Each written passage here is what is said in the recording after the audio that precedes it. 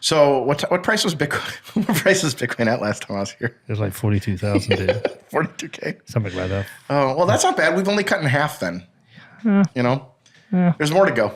There's more to go. We could be 10K or 5K. Who knows? Well, it's funny when people start making the calls because you get to a point where you think, okay, this kind of like, I never thought we were going to 20K again. And then we started getting near and I was like, well, we're going to dip under just to fuck with the people who set their stops at like 19 or the people who are like, oh, I'm not going to set 19. So I said at like 18 and a half.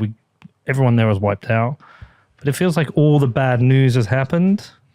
That's what we think will happen. I've been wondering if Bitcoin the price has been driven down largely because of a lot of these bankruptcies and these leveraged loans that people had out and sort of the failures of all, Celsius Network, Three Arrows Capital, who else? Luna was a big one. Voyager. They're stacking. I'm forgetting them. Sorry. Quite the voyage. I just had a look. We were at 47,700 last time. 47,700. Yep. Oh wow, a little more than half. So about 60%. Yeah, that's a lot of money to lose. I mean, this is the thing. Welcome. I'm going to look right into the camera. Welcome to crypto winter. If this is your first cycle, I'm sorry that you're poor again. That's a funny thing though. Like you could be in a far better position, far wealthier than you were prior to the crypto boom happening, but the ride up and down makes you feel poor. Yeah. Well, I think you anchor yourself at the new high, right? So like if you got to 30 million. Jesus. Yeah. Can we go realistic numbers? 50 or 60 million. But even that's your new anchor, and now you're worth like 5. But even some people like who have never had much money in their life might have got to like 100,000 or 150,000 and thought, holy crap, I can buy a house. So I go to YouTube and I type in like Celsius or Luna or Voyager, and then the words "lost everything," and I go through the videos and I just watch them as people cry. And the numbers they're talking about, you're right. They're like, I lost $8,000 or I lost $30,000. That was everything that I had. And like, I genuinely kind of feel bad, but I also like do enjoy the Schadenfreude of all of this because they've been, I feel like there could be there's nothing else that people could have done. We Bitcoiners in particular, Bitcoin maxis, have been warning people that this is what happens. These coins, these institutions, everything around crypto, when crypto crashes, fails, always. And, if you look at the first episode when we were in California, where I had my VR goggles on because we were in the metaverse, one of the things I talked about By the way, do you know that's was it top 20? Of our shows, I think it's top 20. Well, so people like to see my tits. Yeah. No, ignore YouTube because those numbers are all over the place. Just podcast listens. That's in the top 20 shows ever made out of 400 or 540 shows. Nice. Yeah, that's a good one. That's people like the double Ds. No, because they're just listening. Remember? Oh, really? Yeah. There's no video with those guys. No, poor them. Yeah. That's interesting. Well, one of the things that I remember we talked about was DeFi. Yeah. And I said then that one of the things that is very likely to happen is the depegging. And voila, we have now seen it with Luna. Luna has depegged and it crashed that market. And then a lot of the DeFi protocols have followed it. Most of which I don't pay a lot of attention to the DeFi stuff. But like the big institutional collapses have been really interesting to me that surround DeFi. And the reason I find DeFi really a little uninteresting is because most of the people that got rich in DeFi started out real poor. So they came in poor, they got rich, and then they got poor again. And like to me, like I think that's what distinguishes a lot of these crypto crashes from like Madoff, for example. Yeah, although arguably, depending how Celsius kind of unwraps, the people involved in that could face similar consequences to Bernie Madoff. Yes, but it doesn't return the money to the people that lost it. No. I'm amazed this time at the blatantness of the Ponzi's. And the other thing that kind of surprises me is how these Ponzi's, and they really are just Ponzi's, how these Ponzi's found this new way of earning money through leverage, which is ridiculous. If you want your Ponzi to unfold faster, it seems like leverage is a really good way to go about that. Well, let's go into that. Because a Ponzi scheme, is defined. Actually, Danny, get the actual definition up so I don't screw it up. I mean, I know what it is, but we should. Thank you. I think is it Charles Ponzi was a guy. Charles Ponzi. That was his name. Yeah, they were called Peter to Paul schemes before him. He just happened to popularize the name. So a Ponzi scheme is a form of fraud which belief in the success of a non-existent enterprise is fostered by the payment of quick returns to the first investors from money invested by later investors. Yeah, Bitcoin. Yeah. But I mean, anything can be described as a Ponzi, and that's. But in that structure, what we're saying, what Bernie Madoff did was he would raise new funds. Yeah. He would claim that he were hitting these unbelievable returns every year, even in the downturn. There were paper returns. He would literally just give them paper. And he would, when people redeemed, he would pay them back. With the caveat that they could never come back. Oh, was that the rule? Yeah. Oh, I didn't know that. Yeah, that was how he did it. It was, okay, you can pull your money out, but you can never invest again. Ah. Not with me. I mean, the consequences of what happened with Bernie Madoff is have you seen the film? Yeah. Because I didn't know. A guy from my school who I was in a play with in college was in that film. Right. I believe was one of the kids, Bernie's kids in the movie. Because I didn't realize one killed himself and the other died from cancer shortly afterwards. I mean, that's devastating what happened. But the multiple people killed themselves. I mean, it was devastating. And that's the reality of these things that we should understand the human toll. It's the distance of the fall, I think, that really like gets people into these states. Like if you go from having $1 billion to nothing, it's a lot different than 30,000 to nothing. That's an Empire State Building like fall. You're jumping off the top of that. But I wonder if something like Celsius, if we're saying a Ponzi is paying off the original investors with new investing, there's no they weren't actually making trades. Bernie wasn't actually making trades. But I wonder if Celsius is slightly different in that I'm not obviously making an excuse because I always thought Mershinsky was a lying piece of shit. And I've heard so many stories. I've just got stories about him, but but I wonder if it's slightly different in that they were able to generate returns to begin with. They were then unable to generate returns. I know they lost a bunch in a DeFi hack, and then they were just trying to trade their way out of it. Well, that's how a lot of Ponzi's start, right? Yeah. So many Ponzi's start with this problem where you make. I mean, this is why, like, back to Bitcoin Uncensored. One of the things that I'm always fascinated by is the notion is the idea that markets are efficient, which in Bitcoin is not popular. Bitcoin Tina, a friend of mine, and others tell me I'm an idiot for thinking that markets are efficient. But the principles around market efficiency lend to this worldview that says that when people are giving you money for holding something or giving you money for anything, there is risk associated with that. And I think the companies that are involved in this, they themselves don't believe this, right? So they believe that there's magical internet money somewhere, and they'll go and they'll lend it to some place. And everyone accepts the fact that they're getting 9, 10, 20%. I mean, what Novogratz said that it was basically, I think Novogratz and his whole cadre were describing Luna as one of the least risky investments. I mean, there's a video of Mark Cuban saying that. I think about Voyager, where he says that Voyager is one of the, it's crypto, nothing's riskless, but this is about as close to riskless as you can get, which is insane because this is like 3 months before they go. It's not that this is a hard thing to predict. Like, as everything is going up in, crypto summer, I don't know what we call it, the bull market, as everything is going up, there's this mentality that percolates the person, which says that, as it goes up, it can never come down. You don't remember. It's sort of like when you're sick and you just never remember what it's like to be better, even though you've been sick for like 1 week. That's how this works psychologically, and I see it all the time. It starts going up. It goes from 20 to 30, and you're like, okay, we're going to 1 million, and then it goes right back down to 20. You're like, it's going to 5. It's going to 5. The human psychology is really interesting, and we are willing to forego the notion of risk in markets that feel like we can't lose, and we are unwilling to accept the consequences of risk in markets that go the opposite direction. And it's really interesting to me because I've seen this now, I don't know, 7 or 8 times in Bitcoin. I don't know how many pumps we've had, but it's been a lot in my Bitcoin lifetime. And every single time I see people do the same exact stuff, take out too much leverage. And by the way, too much leverage this time is mind-blowingly small because we're like, nobody thought, I mean, even in my own portfolio, as I was like thinking about it, I had estimated that at most we'd have a 50 or 30 to 50% drawdown. And when it drew down like 60% or 80% or 300%, whatever the hell the drawdown is, like 60,000 to 20,000, it blew my mind. Well, getting hit by Luna, followed by Yeah. 3 Arrows, followed by Celsius and Voyager. That's a lot of hits to take. Yeah. That's a lot of selling pressure. Yeah. I mean, in some ways, I'm surprised it didn't go further because. Well, it could. I mean, there's more loans outstanding. I don't think people have considered the miners. Like the miners have loans outstanding.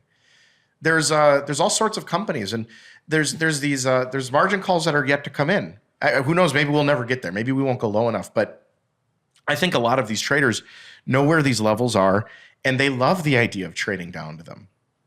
If they're whales and they can push the market down, I mean, I don't see why they wouldn't.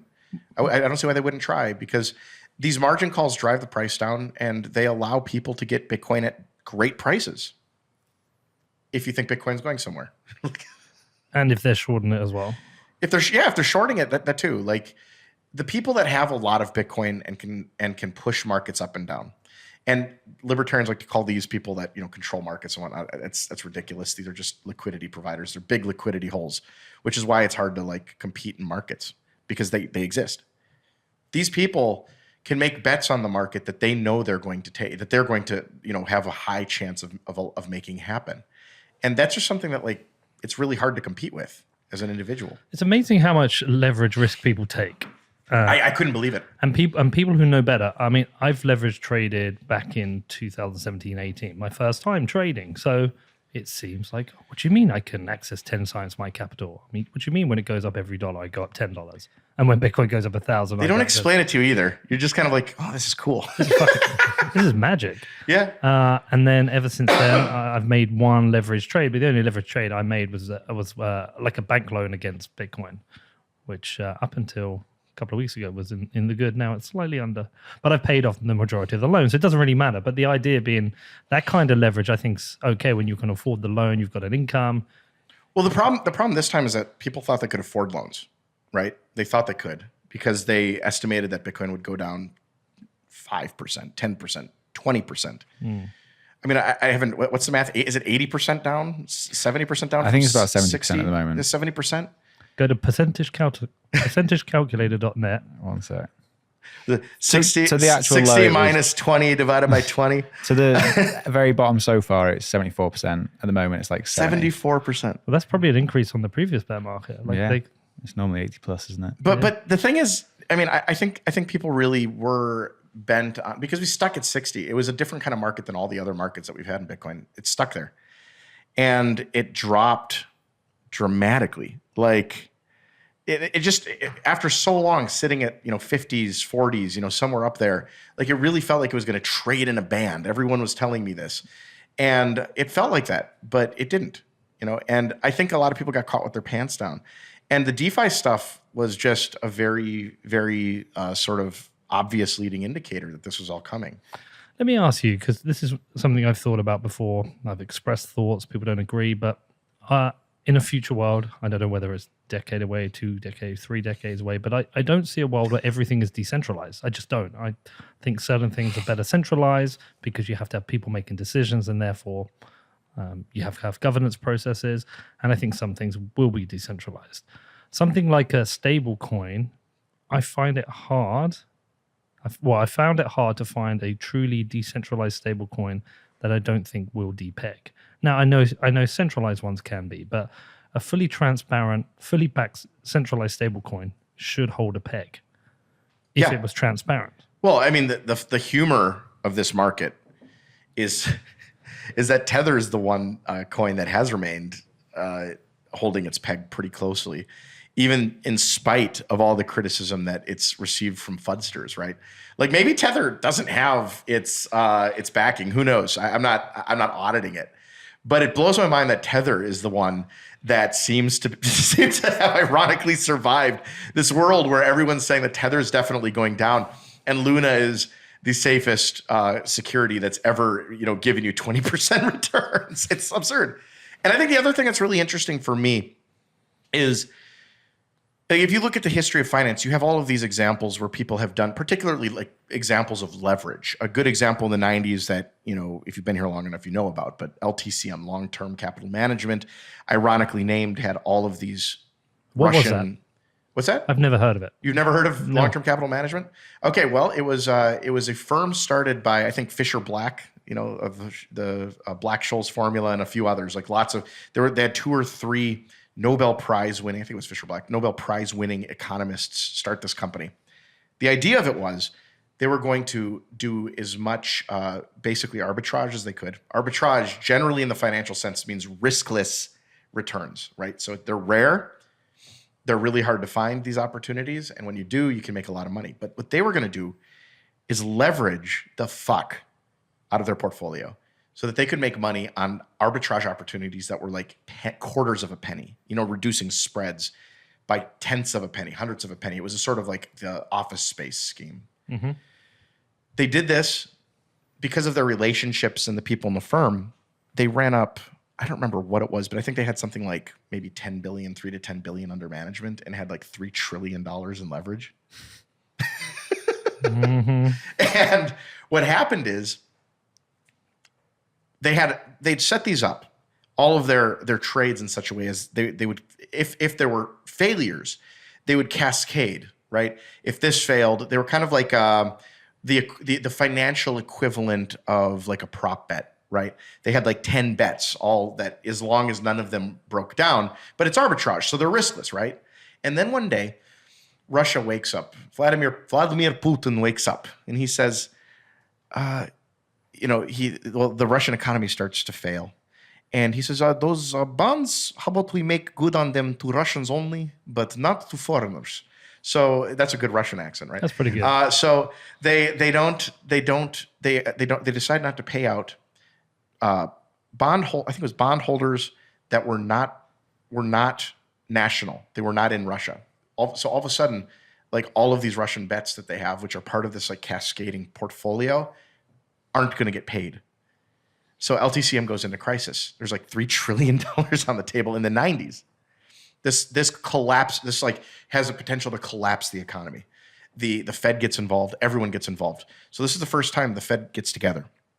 They meet with everybody and they say, okay, banks, like we're fucked. The whole economy is about to go. So we need someone to like back LTCM. And all of the banks like basically agree to do this except one. Bear Stearns. Irony. It's not ironic. In fact, there's a lot of people who strongly believe that the failure of Bear Stearns later was revenge for this. Right. So Bear Stearns, who are we going to bail out? Yeah, exactly. So Bear Stearns in LTCM refuses basically to like help with this, and the other banks all get in and basically do this first like sort of bailout. LTCM attempts to sell to everybody. They attempt to sell to Warren Buffett. I think Warren Buffett rejects them at the price they asked for because they really didn't like I believe he sent them, I think it was through fax machines because again, the 90s. I think he offered them like a fraction of the amount that they thought they were worth. And they're like, we can hold out, no biggie. So they didn't sell it to him early on. And that would have probably been enough because he could have like weathered the storm. Oh, no, is this Leon Black? Leon Black? You said he didn't sell to Leon.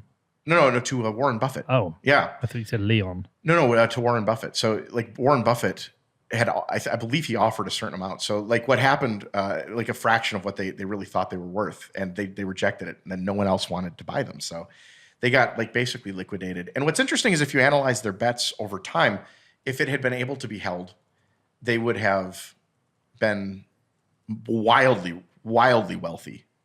These bets were all great. You found it, Danny? I mean, I found the story, yeah. Do you want me to pull it up? Yeah, put it up. Let's have a look. LCTM was wildly successful from 1994 to 1998, attracting more than $1 billion of investor capital with a promise of arbitrage strategy. However, LTCM's highly leveraged trading strategies failed to pan out and it suffered monumental losses. Monumental. The reverberations felt across the financial landscape. Ultimately, the US government had to step in and arrange a bailout. Keep going. Don't worry about the business model. John Merriweather. The demise. When Russia defaulted on its debt in August 1998, LTCM was holding a significant position in Russian government bonds. High leverage nature, coupled with a financial crisis in Russia, led to the hedge fund to sustain massive losses and be in danger of default in its own loans. This made it difficult for LCTM to cut its losses in fixed positions. Held a huge, totaling roughly 5% of the total global fixed income market. Jesus. When losses approached 4 billion, the federal government of the United States feared the imminent collapse of LCTM would precipitate a large financial crisis and orchestrated a bailout to calm the markets. A $3.65 billion loan was created, which enabled LCTM to survive the market volatility and liquidate in an orderly manner in early 2000. What happened to there was no crime there. They were just... No, there's no crime. I mean, the real crime is the banks that lent to them. If there was a crime, I mean, they used their connections basically, and these banks bypassed their internal mechanisms, thinking like these guys have Nobel Prizes, like it's no problem. And secretly, what they were doing is going from bank to bank basically, and getting it's the same 3 thing. hours. Yeah, they were going from bank to bank and secretly getting leverage from them, and all of the banks were extending more leverage than they would have normally given on any given day. And if I recall, Bear Stearns was the only bank that was exercising prudence, which is why they were like, fuck that, at the end of all of this. Because it was a crisis caused by imprudence in the market and basically banks not abiding by their normal standards and regulations, because they decided that these oracles were going to definitely make good on their returns, that there's nothing that these people could do that wouldn't be astoundingly genius, and that it's arbitrage, so it's fucking riskless, right? So it's riskless until, and this is the thing that happens in financial markets. No one seems to realize that there are no rules. They think that the rules of the financial markets exist and that we know how they operate, but we don't realize that the rules can change at any moment, and anyone can change them, anyone with power. So in this case, Putin does something unprecedented. He stands up and he goes, we're not paying foreign debt, which no one had ever done before. Well, do you know what? We just did it to him. Well, yeah, right? Well, we took a lot of their money away. But yeah, they're not holding bonds. Like, we didn't cancel their bonds, right? The treasuries. Yeah. I'm not super familiar with what we're doing to Russia right now. On treasuries bonds. Yeah. Yeah. So I imagine. Yeah, it's like 60 billion of treasuries. Yeah, so we've farted on them now. Yeah, but take that. In this case, they were basically willing to default on global bonds for anybody, even anyone that was holding bonds outside of Russia, and no one had seen anything like that before. But you say there's no rules. There's rules for the little guy. There's no rules. There's rules for the little guy. There's rules for the little guy sometimes. I mean, there's rules until the rules are constructed and deconstructed by those who have power. So I guess the little guy has no power, so he has to abide by the rules. But he gets fucked when, I've talked about it on the show so often, but in The Big Short, brilliant film, the thing that always leaves me is the end, where you see the family packing up their car because they've lost their house. Yeah. They got screwed. Probably, I can't remember. How many people lost their home in 2008 financial crisis, Danny? In the US, it was like a 7-figure number. I don't know if it's 1-2 million, but a lot of people lost their homes, and these are hard-working people, went to work. They play by the rules, right? They went to work, they did their job, they paid their mortgage. Boom, financial crisis because of stupid, irresponsible products that were created, leverage in the market, rehypothecation, and when it all unwinds, a couple of big banks fail, nobody goes to jail. Everyone loses their job. Everyone loses their mortgage. Yeah, and it's the ability that people can risk the entire financial markets, not just the country, but the world, just for greed, just to make... About 10 million people. 10 million. 10 million. Can you read... What was it saying? It says about 10 million Americans lost their homes during the financial crisis or were displaced. But I wonder the amount of people actually involved in the decision-making that led to the creation of these products. You might be talking about a few thousand people. What are the products you're talking about that caused this? What do you think caused this? Well, if you want to talk about what caused it, you can go back to different points in history. You can go back to Clinton changing the rules of the housing game because they wanted to put more people into homes. So they changed it. What was the borrowing rate? They got rid of the 20% rate. I can't remember the details because it was a long time ago. Was it Glass-Steagall they repealed or something? So they repealed Glass-Steagall. Remind me, is that the responsibility of the banks? I can't remember. So I know, like, I haven't looked at this for a long time, but I know under the Clinton administration they wanted more people in homes, so they made it easier for banks to provide loans, and therefore they repealed Glass-Steagall or something. Now, anyone listening, if I've got that wrong, don't call me a dumbass. There's a lot to remember, and I can't. But there was something under the Clinton administration that made the banks more responsible. So you can go back as far as that. There's probably things you can go back to before that. But that's the start of the creation of products and contagion. That's the start of the creation of risks within the banks. So I tend to think most risk in the financial sector is much like LTCM cascading risk. Yes. There's these levels of risk that we have. There's like level 1, level 2, level 3. And if any of these cards are pulled out, all of a sudden, it's particularly when it comes to leverage, all of a sudden the whole card castle that you've built collapses, right? And I mean, I think a lot of this, even you can go back even further to the 2-income households, where people have, in a world where both the man and the woman in the house work, you end up with like people going out and overextending themselves because they're buying things like homes based on 2 incomes. It's actually Elizabeth Warren wrote a book called The 2-Income Gap, which is literally about this specific problem. And it's basically saying that people, like, it used to be that, let's say that you had a house, you had to pay a mortgage, whatever. You get fired from your job. Well, your wife would go and be a secretary for 6 months as you like looked for a job, and then you'd go find a job. And during that time, you could pay the mortgage, right? Well, in a world where both people work, they're both maximally employed, they're both making good money. What do you do when you're making, let's say you're both bringing in $5,000 a week or every 2 weeks, so $10,000, $20,000 a month. You're going to go buy a home that's, $1 million, maybe $2 million, let's say $2 million. And you're not saving a lot. You're going to be taking all of your money pretty much every month, putting it towards a mortgage, maybe saving a few thousand.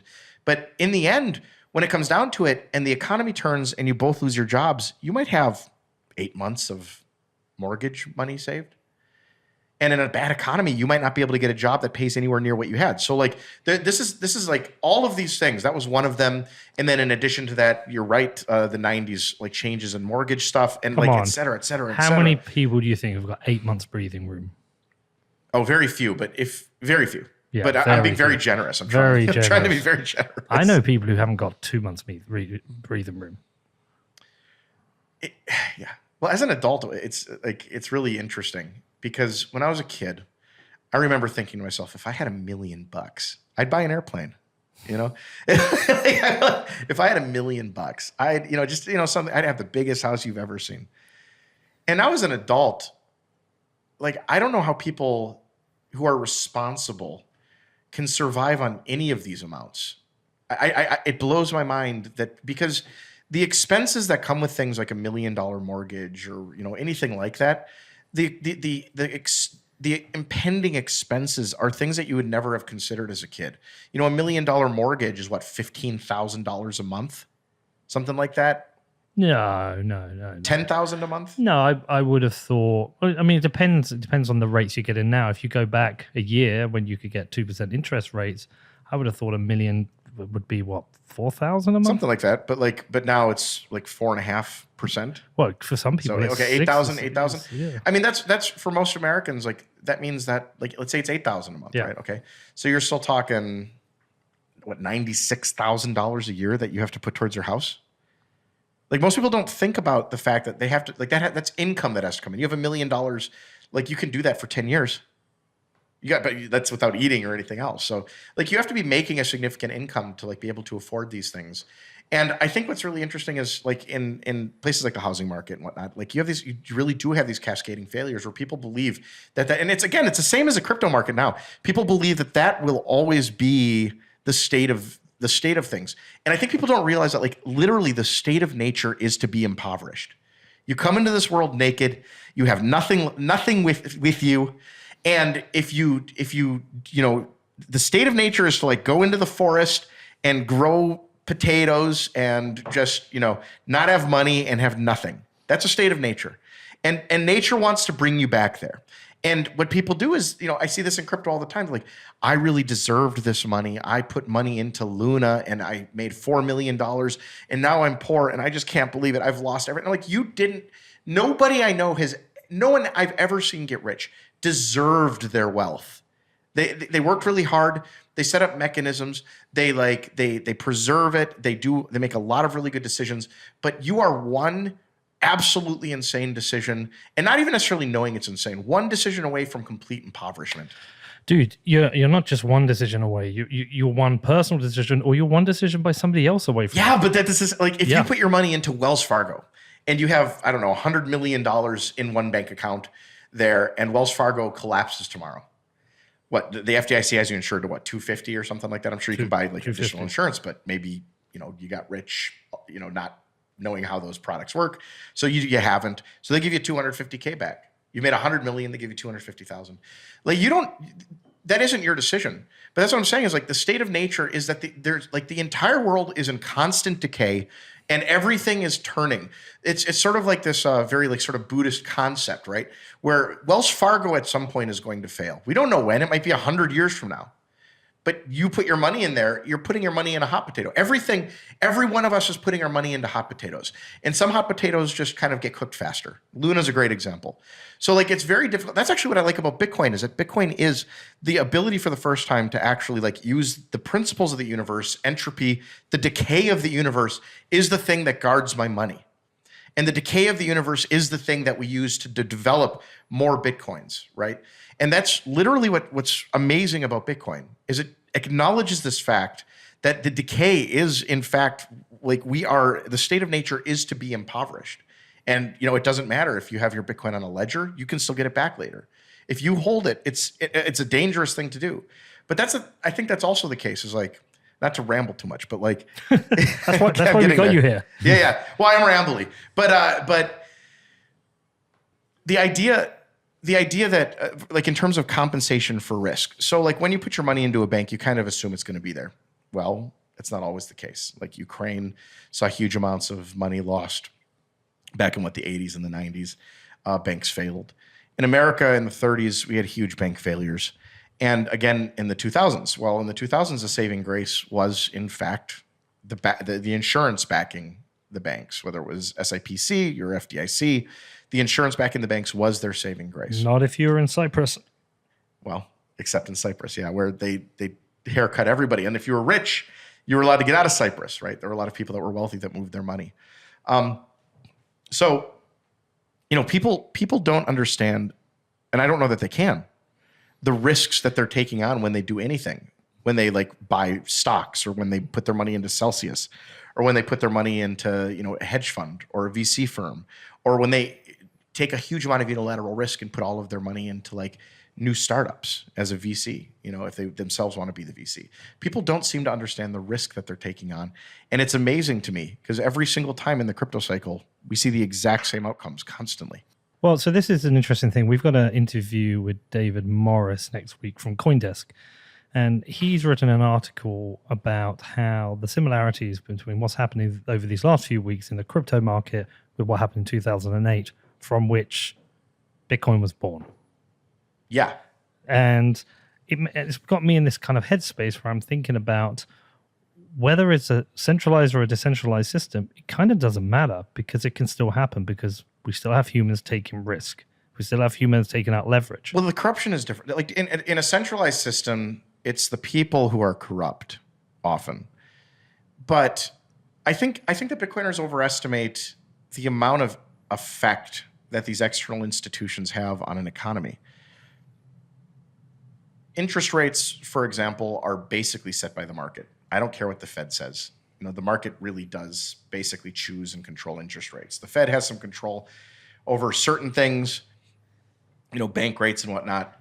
But like for the most part, the whole market kind of adjusts. People adjust their their leverage and housing mortgages go up. When the mortgage price goes up, housing prices come down. The whole market just kind of adjusts. It's this giant balancing mechanism. It really is. So Bitcoiners tend to, I think, overestimate the amount of inefficiency provided by corruption in the system. That's always been the case. And I think they underestimate the level of danger that individuals with no regulations can cause to the system. And maybe ultimately like the no regulation world is a better world. And we root that out somehow by, I don't know, maybe mathematical mechanisms. But to your point earlier, you said that you don't see a future where like the whole world is decentralized in 30 or 40 years. Well, yeah, just because it's decentralized doesn't make it good. There's only one thing that, well, two things in history that we figured out how to maybe decentralize in a cryptographic way or a computer way. One might be torrents, right? Pretty decentralized way to do file sharing. The other is money. And it just works. It works, just works. We're like, it could fail, but like it works pretty well. Yeah. The other's money. And money apparently works really well decentralized. It doesn't work yet. Like we're seeing a lot of like, I don't think it's good when Bitcoin drops 50% as a pitch for money. It's just not. But I think that like this will be money someday. It's good for that use. It's a good ledger. It's used by some people as money, you know, drug dealers and hookers. But no, like it is some kind of money. We know that. It's like it's value at the very least. It's contained value. And we've figured out how to decentralize this thing, but it doesn't mean that everything has to be decentralized or that decentralization is better ever. It doesn't make like decentralization isn't a good simply because we can do it. And that's the problem, I think, is everyone has looked at Bitcoin and decided that because Bitcoin removes the corruption from the people, the people that hold and control the system, that somehow Bitcoin and the decentralization of everything else will do exactly the same. And that's just not the case. Yeah. Well, I think it's created this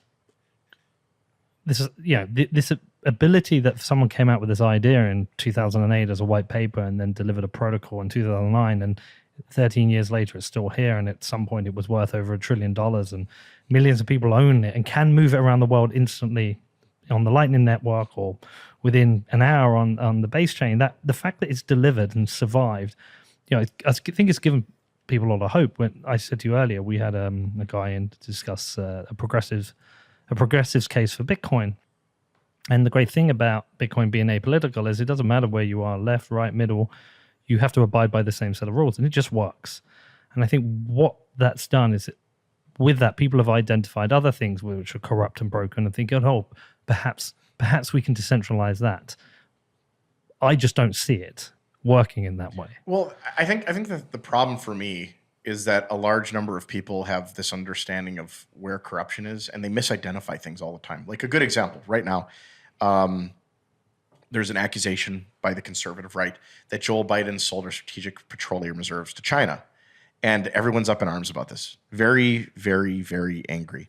Well, you can go look at how the strategic petroleum reserves are always dealt with. Oil is a commodity. It's fungible. It's a global market. This by statute, the SPR, the Strategic Petroleum Reserves, the SPR has to be sold to the highest bidder by statute. And the highest bidder was China.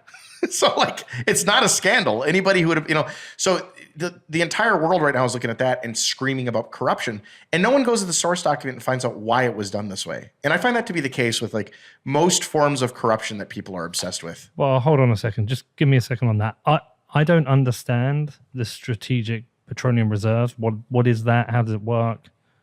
So we have a national supply of petroleum. It's supposed to be released like in times of war if we need it or something. Trump filled it up for very cheap during COVID. And now as gas prices are up, Biden has been releasing it. The Biden administration has been releasing it in order to solve some of the backwardation or contango problems, whatever the case. I'm not a trader, but I think backwardation is like what's been going on. So like they're trying to basically fill the supply chain a little bit.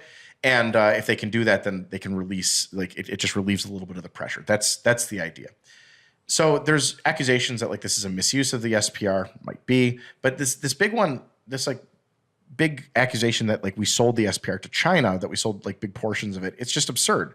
And that's, again, my big problem with corruption generally is the level of understanding that people have about corruption in the system is like zero. They have no idea where the corruption is.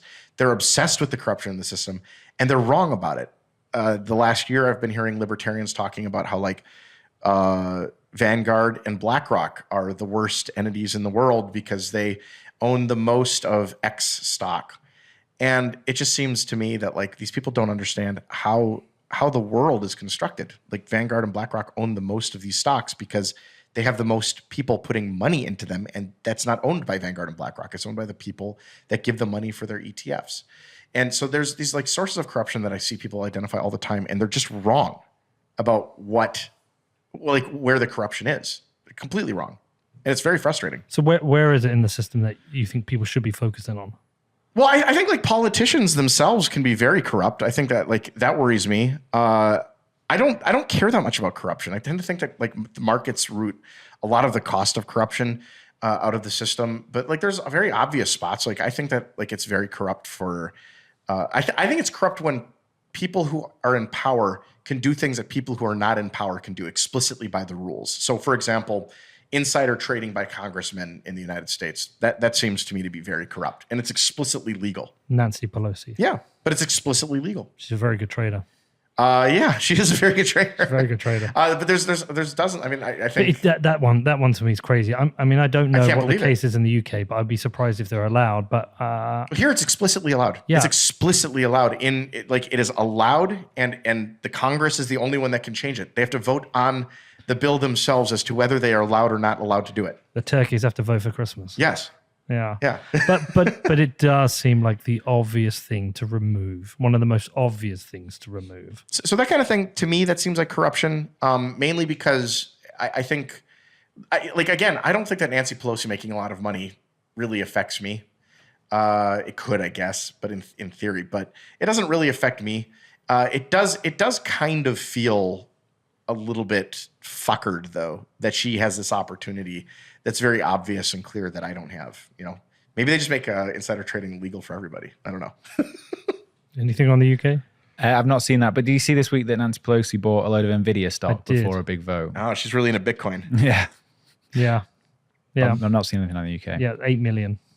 8 million shares? Or $8 million. $8 million of shares. There's entire ETFs or like people that are like tweeting what the trades are that Like they're the Pelosi yeah bot. yeah, and I love that. I love that people are just following them. And maybe that's the thing. Maybe that's like, again, technology a lot of times uproots corruption. So like if they have to disclose to us what they're buying, then you know I don't know that it matters at all because you can just buy it too. Yeah, it's like going back to all this contagion that we've had. Maybe this is where the more hardcore maxis are right, and maybe I haven't paid enough attention to them in terms of, hold your private keys, screw these companies that offer leverage or interest on your loans, screw financial services. I don't personally believe it, but they've been right on certain areas, and maybe I think because we take this very seriously, like we really consider the things that we talk about and the influence it has. Maybe they were right, or maybe this shit just happens anyway. That's what I don't know. Well, okay. So, I mean, the thing is, the thing, okay, this is why I think it's such an important thing to understand that I believe very strongly markets are efficient. It leads you to a lot of principles that are very important. Like, for example, I believe very strongly that the best way to hold risk, to be compensated adequately for risk that you're holding, is to diversify away the risk. The unilateral risk, right? I diversify it away. So like, I don't know, if there's one taxi company and all of my money is in the taxi company, that's a lot of risk. But if there's 10 taxi companies, which one's going to win? I don't know. I'm going to buy a little bit of all of them. Yeah. And that means that I'm going to miss out on the biggest gains because I'm going to miss out on Uber. Uber's, rise, but I'm going to get a little bit of it. And save yourself from the biggest losses. And I'm going to save myself from the biggest losses. And humans are notoriously bad at remembering that they picked losses. Notoriously bad at it. And I think that's the thing with like Bitcoin is highly volatile. I think the best you can do is either just hold it and just sit on it and say this is my investment. But the other thing you can do is you could like volatility trade it, like where you're just buying low, selling high, buying low, selling high, buying low. Selling high. Yeah, I got it. Right. Yeah, you got it right. Yeah. Buying low and selling high. You can do that. Like it's But what's low and volatility. What's high? Well, volatility trading allows you to do that essentially algorithmically. Bitcoin's pretty good for like a velocity like strategy, and I do think that's you could get extra returns on like Vanguard. Like maybe the Vanguard or the SPYs or something like Vanguard Total Market or the SPYs. But your returns on something like that, doing that instead of 9% per year, you're going to get like 11% per year or 13%, maybe 20% in really good years, right? It's not huge. in Bitcoin and in crypto generally, particularly in DeFi, what was amazing to me is people were looking for these 50% returns, 80% returns, 200% returns. And like Bitcoin early on wasn't any different. It was the same thing. This is how people like Pirate at 40 got their start. They were promising these 1% returns per day and 15% returns per month. And Bitcoin was like, the Bitcoiners often, I remember like. Was that the thing Dan Mercado talked to us about? It was. I can't remember exactly what. Will you explain what that was? Pirate at 40? Absolutely. It was one of, I mean, there was a lot of Ponzi's early on in Bitcoin, particularly dealing with miners. But Pirate at 40 was the most interesting. It was this guy named Trendon Shavers, released his own name. He was very public. And he seemed to be doing something legitimate. He was running, he took investment. People gave him X number of Bitcoins. And nobody knew where he was getting the returns. It was speculated that the returns were coming from, lending to like drug markets and stuff like that. And I think ultimately what I have come to conclude is he was probably lending to Mt. Gox. So the returns were coming from, Mt. Gox covering liquidity and maybe some other nefarious things, but that was a large part of it. So Trendon Shavers was returning these massive profits, and he was doing it for months and months, and this thing started to grow. He needed more liquidity because they needed more liquidity. And then all of a sudden, I think it was around like August, September of that year, he just doesn't pay out one day. And people wonder what the hell's going on because they know his name. They've met him. They've done steak dinners together. They've met him at conferences. He goes to conferences. Like he's a public guy. So they're all very confused. And he just doesn't pay out. So there's a number of like weird events that happen around this. Matthew N. Wright, who's, not really in the community at this moment. I haven't seen him in years ever since this.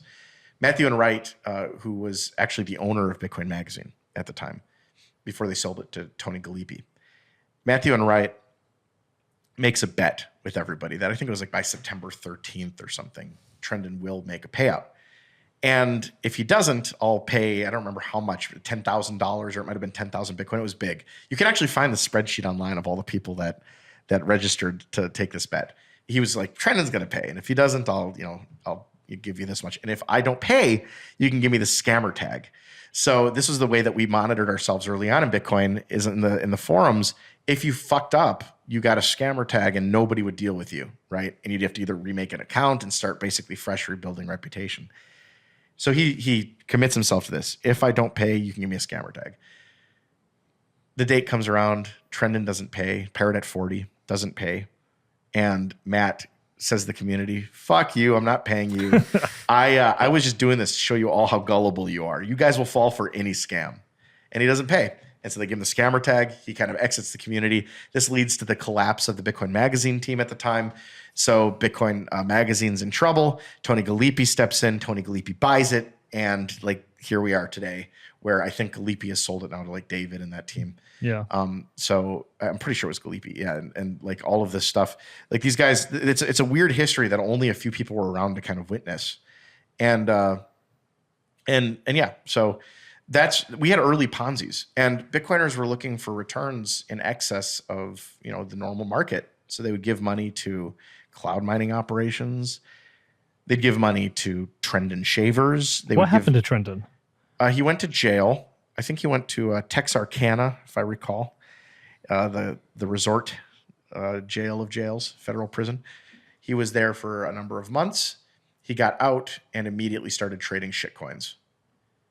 Which, it's what's remarkable about Trendon is that if you look back on it, again, classic Bitcoin story, he probably had 20,000, 15,000 Bitcoins to himself. If he did sat on his hands. Because Bitcoin was worth nothing. This was when Bitcoin was like $1.80, 70 cents, maybe less. It was cheap. It was really cheap. Maybe 10, 20,000 Bitcoin. And he does this thing. Oh, and so when he doesn't pay out, no one knows why. And, it causes this like weird, like tons of people that were in his little thing, he tries to pay them out. And that's when it turns into a Ponzi, right? He starts paying them out. With new entrants, it turns into a very classic kind of Ponzi, thinking that the person he's lent to, I believe, this is what he's told. He said he believes the person who he's lent the money to is going to return him the money eventually. So no biggie. Well, he's never made whole. So his investors are never made whole, and he starts paying out some of them with like new investment funds with people that are like waiting. You found him. I mean, I found him. I can't find him on like what he's doing right now, but He was trading shitcoins like pretty quick after he got out. I knew that. But he had a shit ton of coins. And if he lost basically everything when the government showed up and took everything from him, and he goes to jail and he spends a few years there. And if he had done like this has been the story of Bitcoin. If you did nothing, you got rich. And again, that goes back to like you don't deserve this, but if you did nothing, you got rich. If you did something, you lost your coins. It's so kind of a bad message, actually, like in the grand scheme of things when you think about like an economy.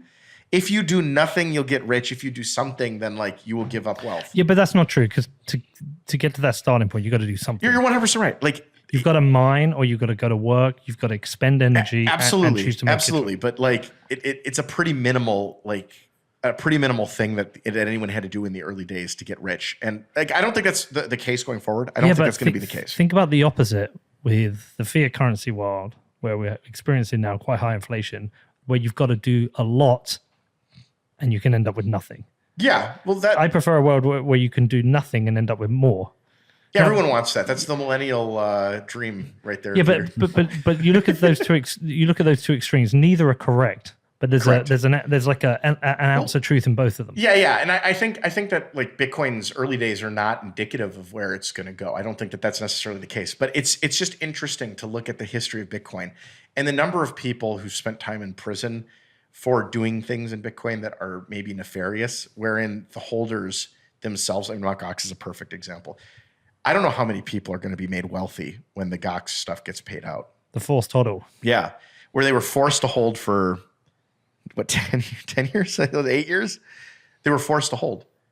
And most of them would not have. I know that. You know that. Everyone knows that. Everyone knows that. So it doesn't matter what haircut they end up taking. Like there's going to be so many people made wealthy by accidentally like losing their money in Gox in an early bankruptcy. And I mean, I don't know that that's a story that's going to be repeated again and again.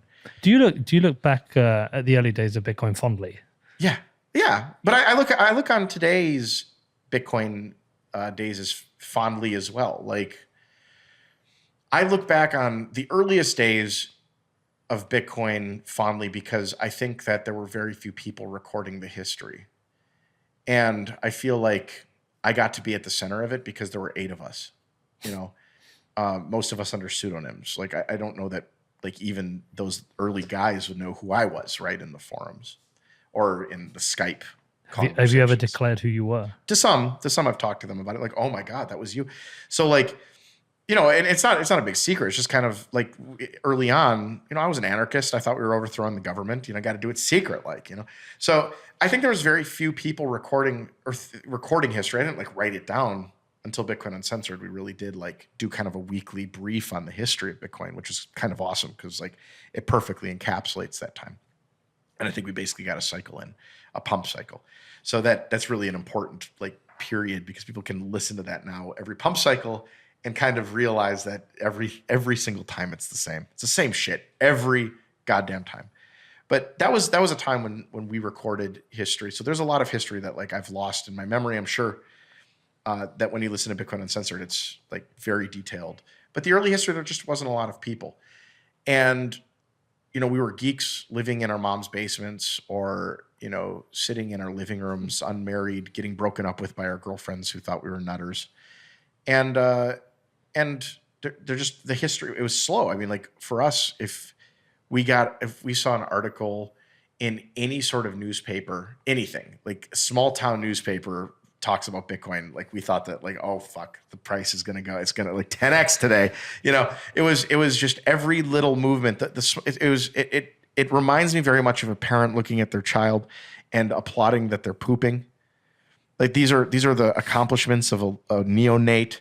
This little child, oh my God, he pooped on his own. Like, I'm so proud of him. Like that was Bitcoin early on. It was, oh my God, it just took its first steps. Oh, and the things that we thought were big deals were not. I remember when Bitcoin Magazine came out, issue number 1, Barnes and Noble put it in some chains. I don't know how many, maybe all of them, but they put like 1 copy in. And I guess it's really fairly easy to get distribution there.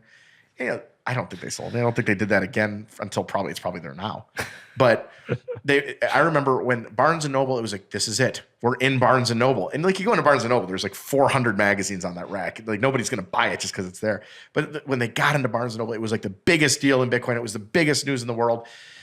And that was true of like everything. Like every time an exchange was launched, every time it got a little easier to purchase. I remember when Circle launched. Circle, I don't know who they hired, but they inundated Reddit with, this is the most innovative exchange. No one's ever seen anything like it. This is the most exciting thing we've ever seen in Bitcoin.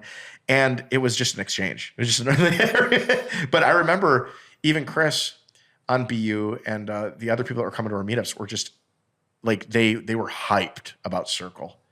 And I remember just sitting there like, it's going to be just the same, guys. It's going to be Coinbase. It's going to be the same thing. But were there any moments where you thought, okay, this is significant. This is like a significant change. You know, in my Bitcoin lifetime, El Salvador is a significant thing. Whether it works out or not will be seen, or how it works out. But that's a significant thing. What Michael Saylor did is a significant thing. Tesla coming out and buying 1.5 billion of Bitcoin. That's a significant thing. I find rich people doing rich people things to be completely insignificant in this space. And it's because like when Michael Saylor buys all those coins, he's putting everything on black on maybe a weighted roulette board that generally falls on black. I don't know. When Elon Musk does that, he's the world's richest person. He's like taking a small portion of his wealth. Oh, it's $1 billion. He's taking a small portion of his wealth and putting it in. Rich people make stupid bets all the time. They're idiots. Mark Cuban is an absolute moron. You know, he put his money into Voyager. I mean, I could have told him what was going to happen to these things. Like, I'm afraid of Coinbase. You know, Coinbase gives these loans, and like these leverage kills eventually if it's unmanaged. And maybe Coinbase is managing it, but like we just witnessed numerous companies that didn't manage their leverage. So I'm uninterested in what rich people do. And the moments for me in Bitcoin where I have sort of had that aha moment have always been when impoverished people like El Salvador, perhaps, but I think El Salvador is a bad example of that even. When impoverished people are forced into a position to use this. So and again, this is Bitcoin Uncensored. We were obsessed with this. Who needs it? Because this thing it's sort of like there's this new thing we have. It's this digital scarcity. What's it good for? You know? And the answer is nothing for me or for you. You don't need it. You got Great Britain pounds and you can use US dollars. You're allowed into a bank. Well, this is exactly what we said at the meetup last night. Yeah. You know, there were a bunch of people in there asking different questions and came out and said, us people in this room today are the people who need Bitcoin the least. Yeah, you don't need Bitcoin. Yeah, I don't need Bitcoin. You don't need Bitcoin. But like, I remember when Backpages. No, I need it. I need it the least. Yeah. Well, I still need it. You might need it someday. You don't need it today. You don't need it. But all insurance you buy in advance. Yes, I'm with you. I'm with you on this. Like I'm a Bitcoiner. I'm with you. Yeah. I'm fully with you. But there's people that need it today. Yes. They need it. There's no other options. And like it's really interesting to me that like the governments didn't do a lot of this stuff. Like for the history of humanity, we've had all of these, very centralized systems that show up and they fuck you. They just like, here's your asshole, here's the cock, and ba-bam, right in there. And they just fuck you. And there's nothing you can do. And there's history and stories of all of this. So like, I don't know, maybe in 1990, if Backpages exist, the government could have shown up and been like, okay, turn off the Visa, turn off the MasterCard, turn off all, and then Backpages would have gone away. Well, they did that in 2016 or 15? And now, I mean, they ultimately had to just arrest the people that owned Backpages to get rid of them. But what did Backpages do? Backpages switched the day that they took away all of their financial options and just said, fine, we'll take Bitcoin. Wikipedia early on got cut off from their banks, got cut off from their PayPal and MasterCard and Visa accounts, everything. You mean WikiLeaks, not Wikipedia? Yes. Did I say Wikipedia? You meant WikiLeaks. I meant WikiLeaks. WikiLeaks. Yeah. WikiLeaks got cut off from all that. And they, I remember this distinctly, like Bitcoin had just been mentioned on NPR. It had gone from just under $1 to $30. as a result of that mentioning on NPR, that story. And then on the way down at around $15 or $20, WikiLeaks announces that they're going to start taking Bitcoin donations, which, infuriated Satoshi. He was not happy about this. He said that he didn't want the eye on them. Yeah, but WikiLeaks needed it. Drug dealers need Bitcoin. And I mean, I hate to say it, but they need it. Drug users. Drug users need Bitcoin. They need to get meds. They need to get heroin, whatever it is, from dark markets. These infrastructures exist all over the world where people need a thing that does what Bitcoin does. And maybe you don't like what they do.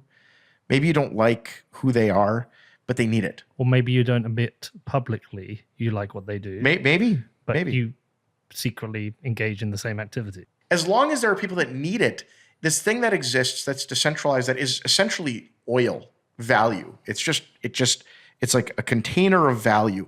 As long as this thing exists, these people can and will use it, and there's nothing you can do about it.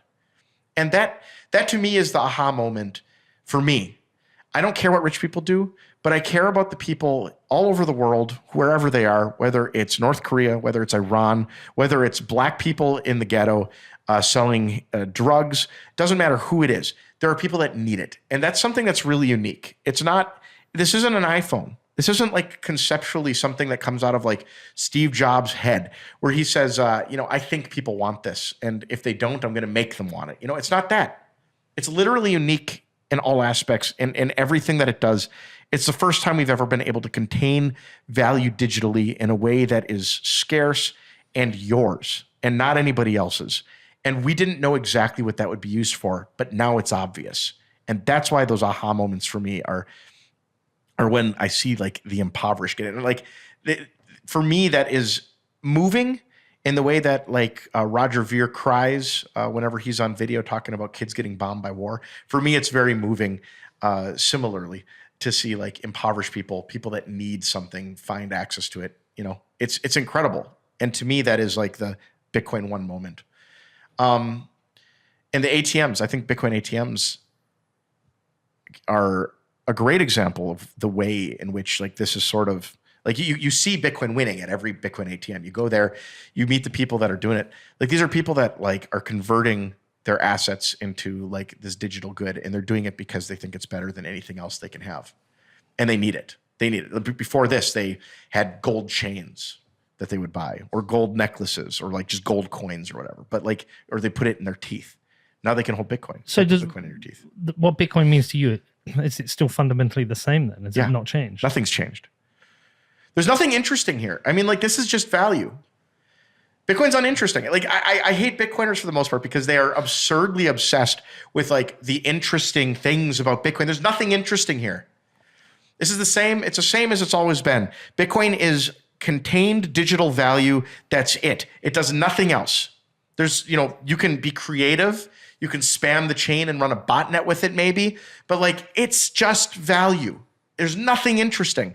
And the thing about it, or what it will do, is the same thing value has always done. It will move from here to there. That's what it will always do. I'm going to challenge you on that. Okay, go. I'm going to challenge you. I'm just going to bring up one example. I'm going to say mining has become infinitely more interesting than it was 4 years ago. Sure, but that's fine. But that is interesting. So I think mining is going to become part of the national energy infrastructure. Yeah. I'm with you there. But it's not even just that. We had this guy on, Adam Wright, the other day, and he's taking Bitcoin miners to landfill sites, and he's turning methane, which is 86 times worse for the environment than carbon, and he is...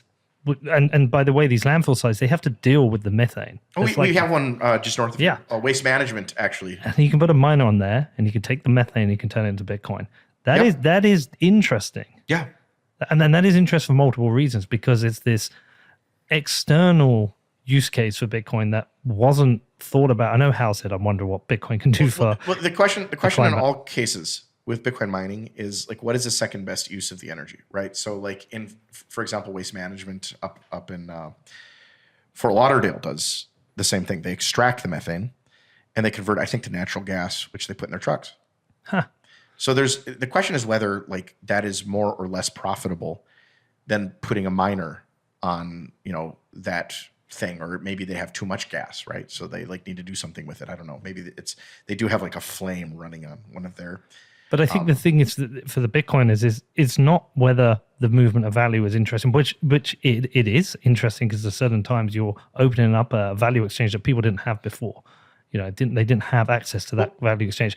But it's the consequences of Bitcoin that can be interesting. Like, what does it mean? What are the implications of everyone all of holding those all of those consequences flow from one truth, which is that this is contained digital value. Yeah. That none of them matter. Like, of course, mining has other uses. Like, of course, not that it has other uses. Mining is very simply the act of generating a random receipt that proves that you burned energy, right? That's all it is. It's a global receipt. It's an NFT of energy burnt. That's all it is.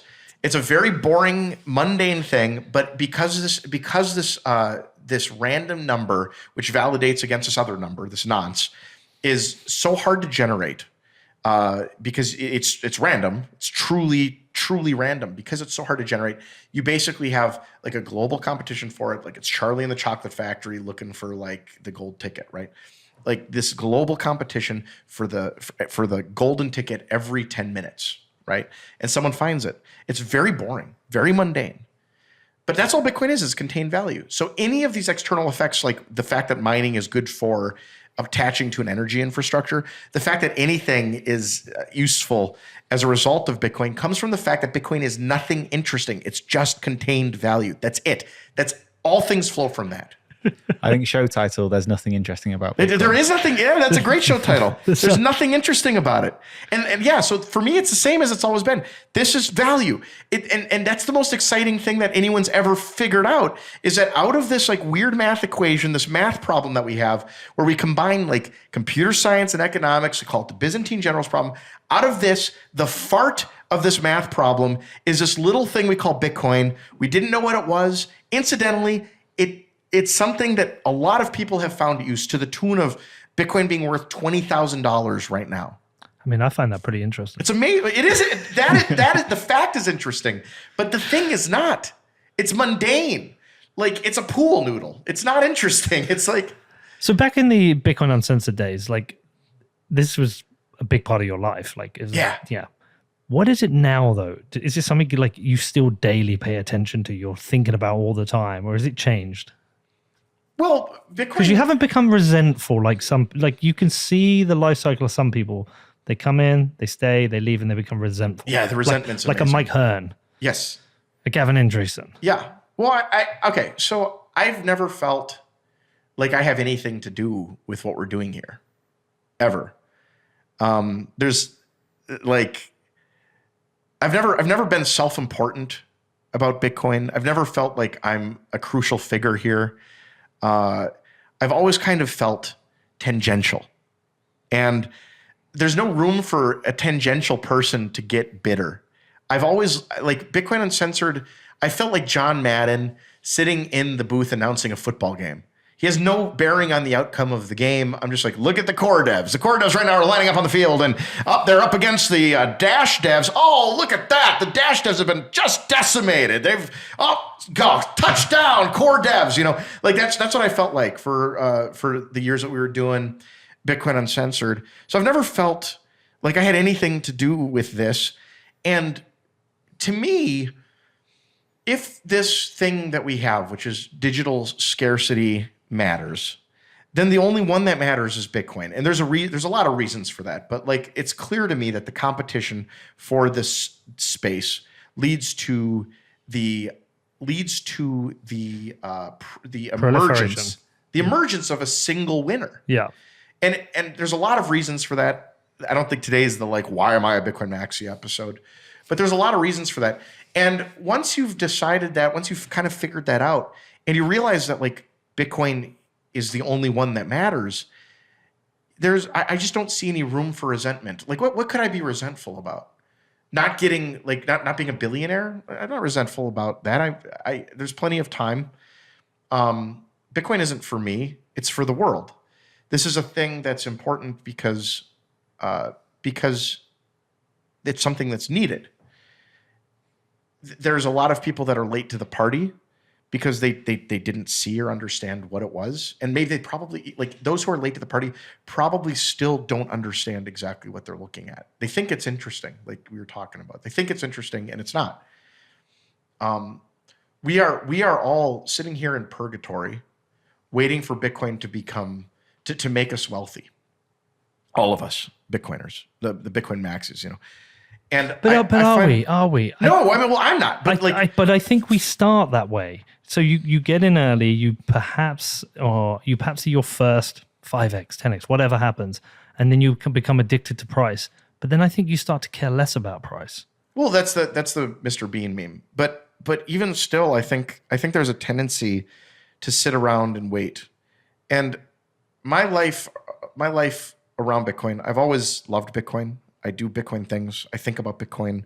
I think what I think are original thoughts about Bitcoin, and whether they are or not, and all through that time, whether it was Bitcoin Uncensored or whether it's my married life now, or whether in the future it's having kids, or whether it's with my family, or whatever the hell it is, I've always tried to live to make sure that I'm not doing like the Bitcoin purgatory thing, and that I'm living my life in such a way that I am that I'm able to kind of continue it and not just wait for Bitcoin to go up in price as like the world changes. It's actually remarkably simple for me. And as like I said, Bitcoin isn't that interesting. So like it's not that hard.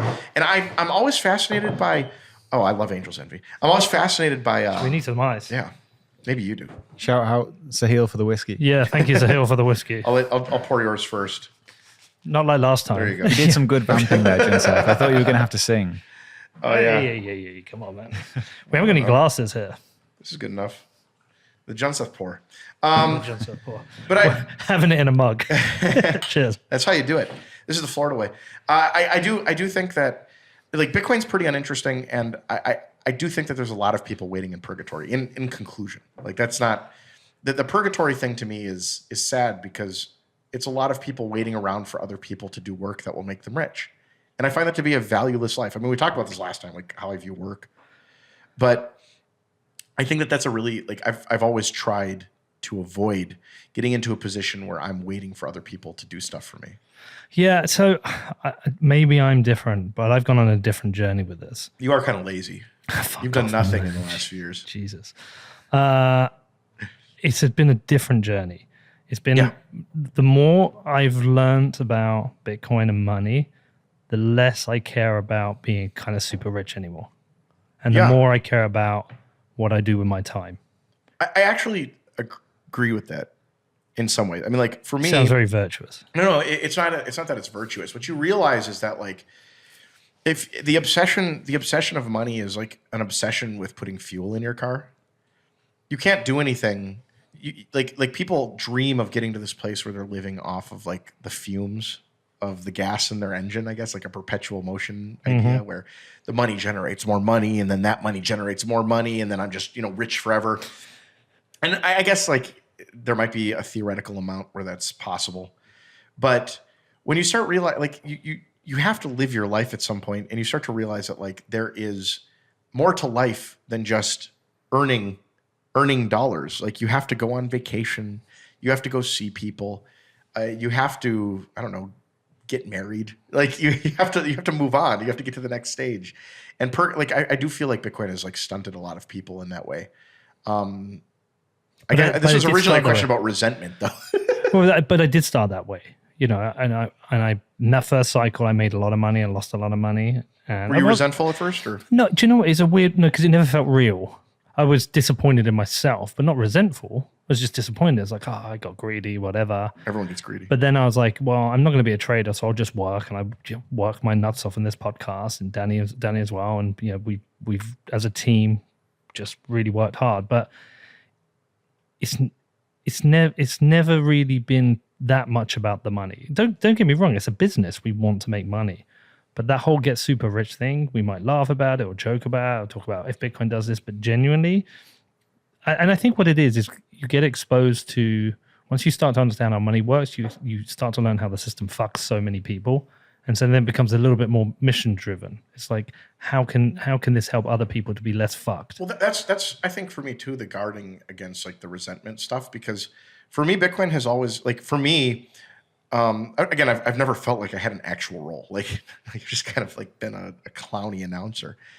And for me, like any participation in this at all has always been about the fact that, if this works, we've changed the world. Maybe not as significantly as maybe Bitcoiners think, but maybe as significantly, but maybe we changed the world 2%.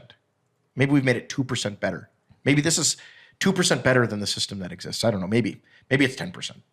But a 10% leap is, like, I don't think people realize, like, you have a 10% leap forward in tech. That's astounding. The compounding effect of that in the future would be ridiculous. Well, you make 10% people's lives better. It's 800 million people. Well, I don't mean 10% of people's lives. I just mean, like, if the system is more efficient, 10%. But I'm saying if you can make 10% of people's lives better.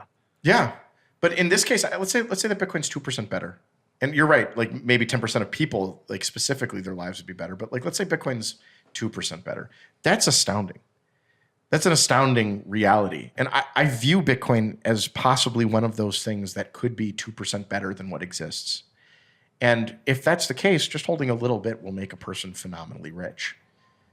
That's the VC problem. Is VCs are always looking for companies that are going to like make an industry 1% or 0.25% better than it is. Well, that's why A16Z now cares about a lot of things outside of Bitcoin. Yeah, well, they should. They can't make those percentages on Bitcoin, so now it has to be Web3 and DeFi. Well, I mean, like that's not true. Like, I know it is true. Bitcoin could be 10x.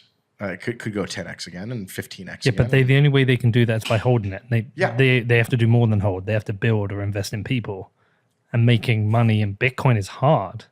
Yeah. Creating companies that can make money on top of Bitcoin is hard. It's ridiculously hard. Yeah. And again, that's the volatility thing. I don't know exactly what, like, I mean, again, like I've watched so many, like my vision, my dream is like a play where you have a guy sit his family down and go, honey, kids, got good news. We're really wealthy. We are to the moon wealthy. We are you won't even believe it. Rich. We are rich. Honey, quit your job tomorrow. Kids, stop going to school. You're unschooled. Now you're playing in the backyard. That's your life now. So congrats, guys. We did it. Familial wealth. We did it. And then scene 2 is he brings them, okay, guys, got some bad news. We are impoverished. We have no money. Bitcoin's down. You're going to have to go get a job. Kids, you're going to set up a lemonade stand outside. And then scene 3 is him like opening the windows and kind of insouciantly like yelling, kids, shut the lemonade stand down. Bitcoin's back up.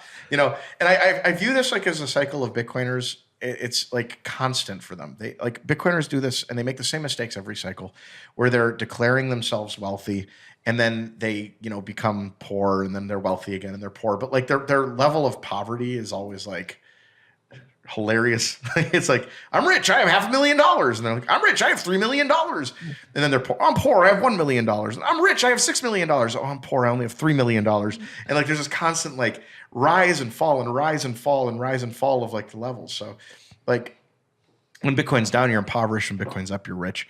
And it just resets your kind of like levels for the next cycle or whatever the hell it is that we're living in. I don't know. Danny, are you impoverished right now? I'm feeling pretty impoverished. Everyone feels impoverished in the down market. You don't care about price. I'm pretty zen about it all. Yeah, I don't give a shit. I don't really care. I don't give a shit. I do watch it. I care a little bit because in my like I separate it out into like my earnings. I'm like a hooker. I have my money that I made hooking. That's my Bitcoin money. And then I have the money that I made like in the like waiting tables over here. So the waiting tables money, I put it into more traditional finance products. And like a part of that is like GBTC. And I do trade with volatility just for fun. But that's kind of like that. I feel like that's the money that I earned. Like that's the stuff I got. That's the stuff I did, which is different than the Bitcoin, which I just feel like I sat down, did nothing with and went up. And I feel very kind of bad about that. It's like I don't feel guilty. I feel a little guilty about that. Ah, man. You served your time here in the Bitcoin world, even as a stadium announcer. I'm to a stadium announcer, and Yeah. you worked and you did your time, and you shouldn't feel guilty about that. It's not that. It's just that like there's not. I don't truly feel like utterly guilty, but like it's just funny because I think when you look back at Bitcoin, you have to acknowledge that a large number of us just didn't do much. Like the work of the core devs, the people that are involved, like they did a ton. Yeah. And even those going forward, like the work of the future core devs, the people that are going to come here later, they're going to do way more than I ever did. And they're going to be able to afford fractions of the Bitcoin that I was able to get. And that's going to be true forever and ever. And I just think that's interesting. And maybe just being here early was a giant contribution, but it is interesting to me that the people that are going to like make interesting discoveries and the Luke Dash Juniors and whatever, like those the future Luke Dash Juniors are going to do what I would perceive as way more influential things and have access to less of it because. But maybe you will support those people. Yeah. I think that's kind of contingent on the old Bitcoiners to do. By the way, we haven't really touched on the DeFi stuff. Oh, we could touch on DeFi. Let's do that. Well, it's an important thing to talk about.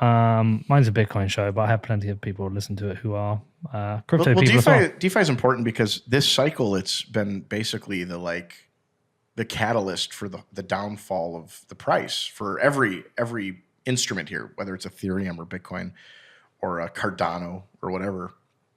Like DeFi is the thing that's kind of led the way for destruction, the price destruction. Yeah, well, there's something every cycle. I mean, I think that's the memory of this cycle is going to be the DeFi contagion. The previous one would have been the ICO hell. What was previous to that? Let's see. So ICO Mt. Gox crash. That's the big one there. What scams were run then? There were a lot of token scams. It was token scams again. It was like. Was it colored coins? Were they scams? They didn't call them colored coins, but there were a lot of things like so in that cycle, there were a bunch of projects, storage and like other types of projects like that where everything. It was put something on a blockchain. Yes, everything on a blockchain. Everything had to be on a blockchain. It was the like blockchain my business era. So I think that was like Don Tapscott showed up and a bunch of others. It was the books, but that and then before that, maybe it was Mt. Gox. Yeah, because the $20,000 rise, like that was like the era of the gurus too. It was 1,000, I don't remember. But like the era of the gurus, but like there was all sorts of like basically blockchain my business. And a lot of like early on, all of the price destruction was pretty much led by collapsing exchanges, right?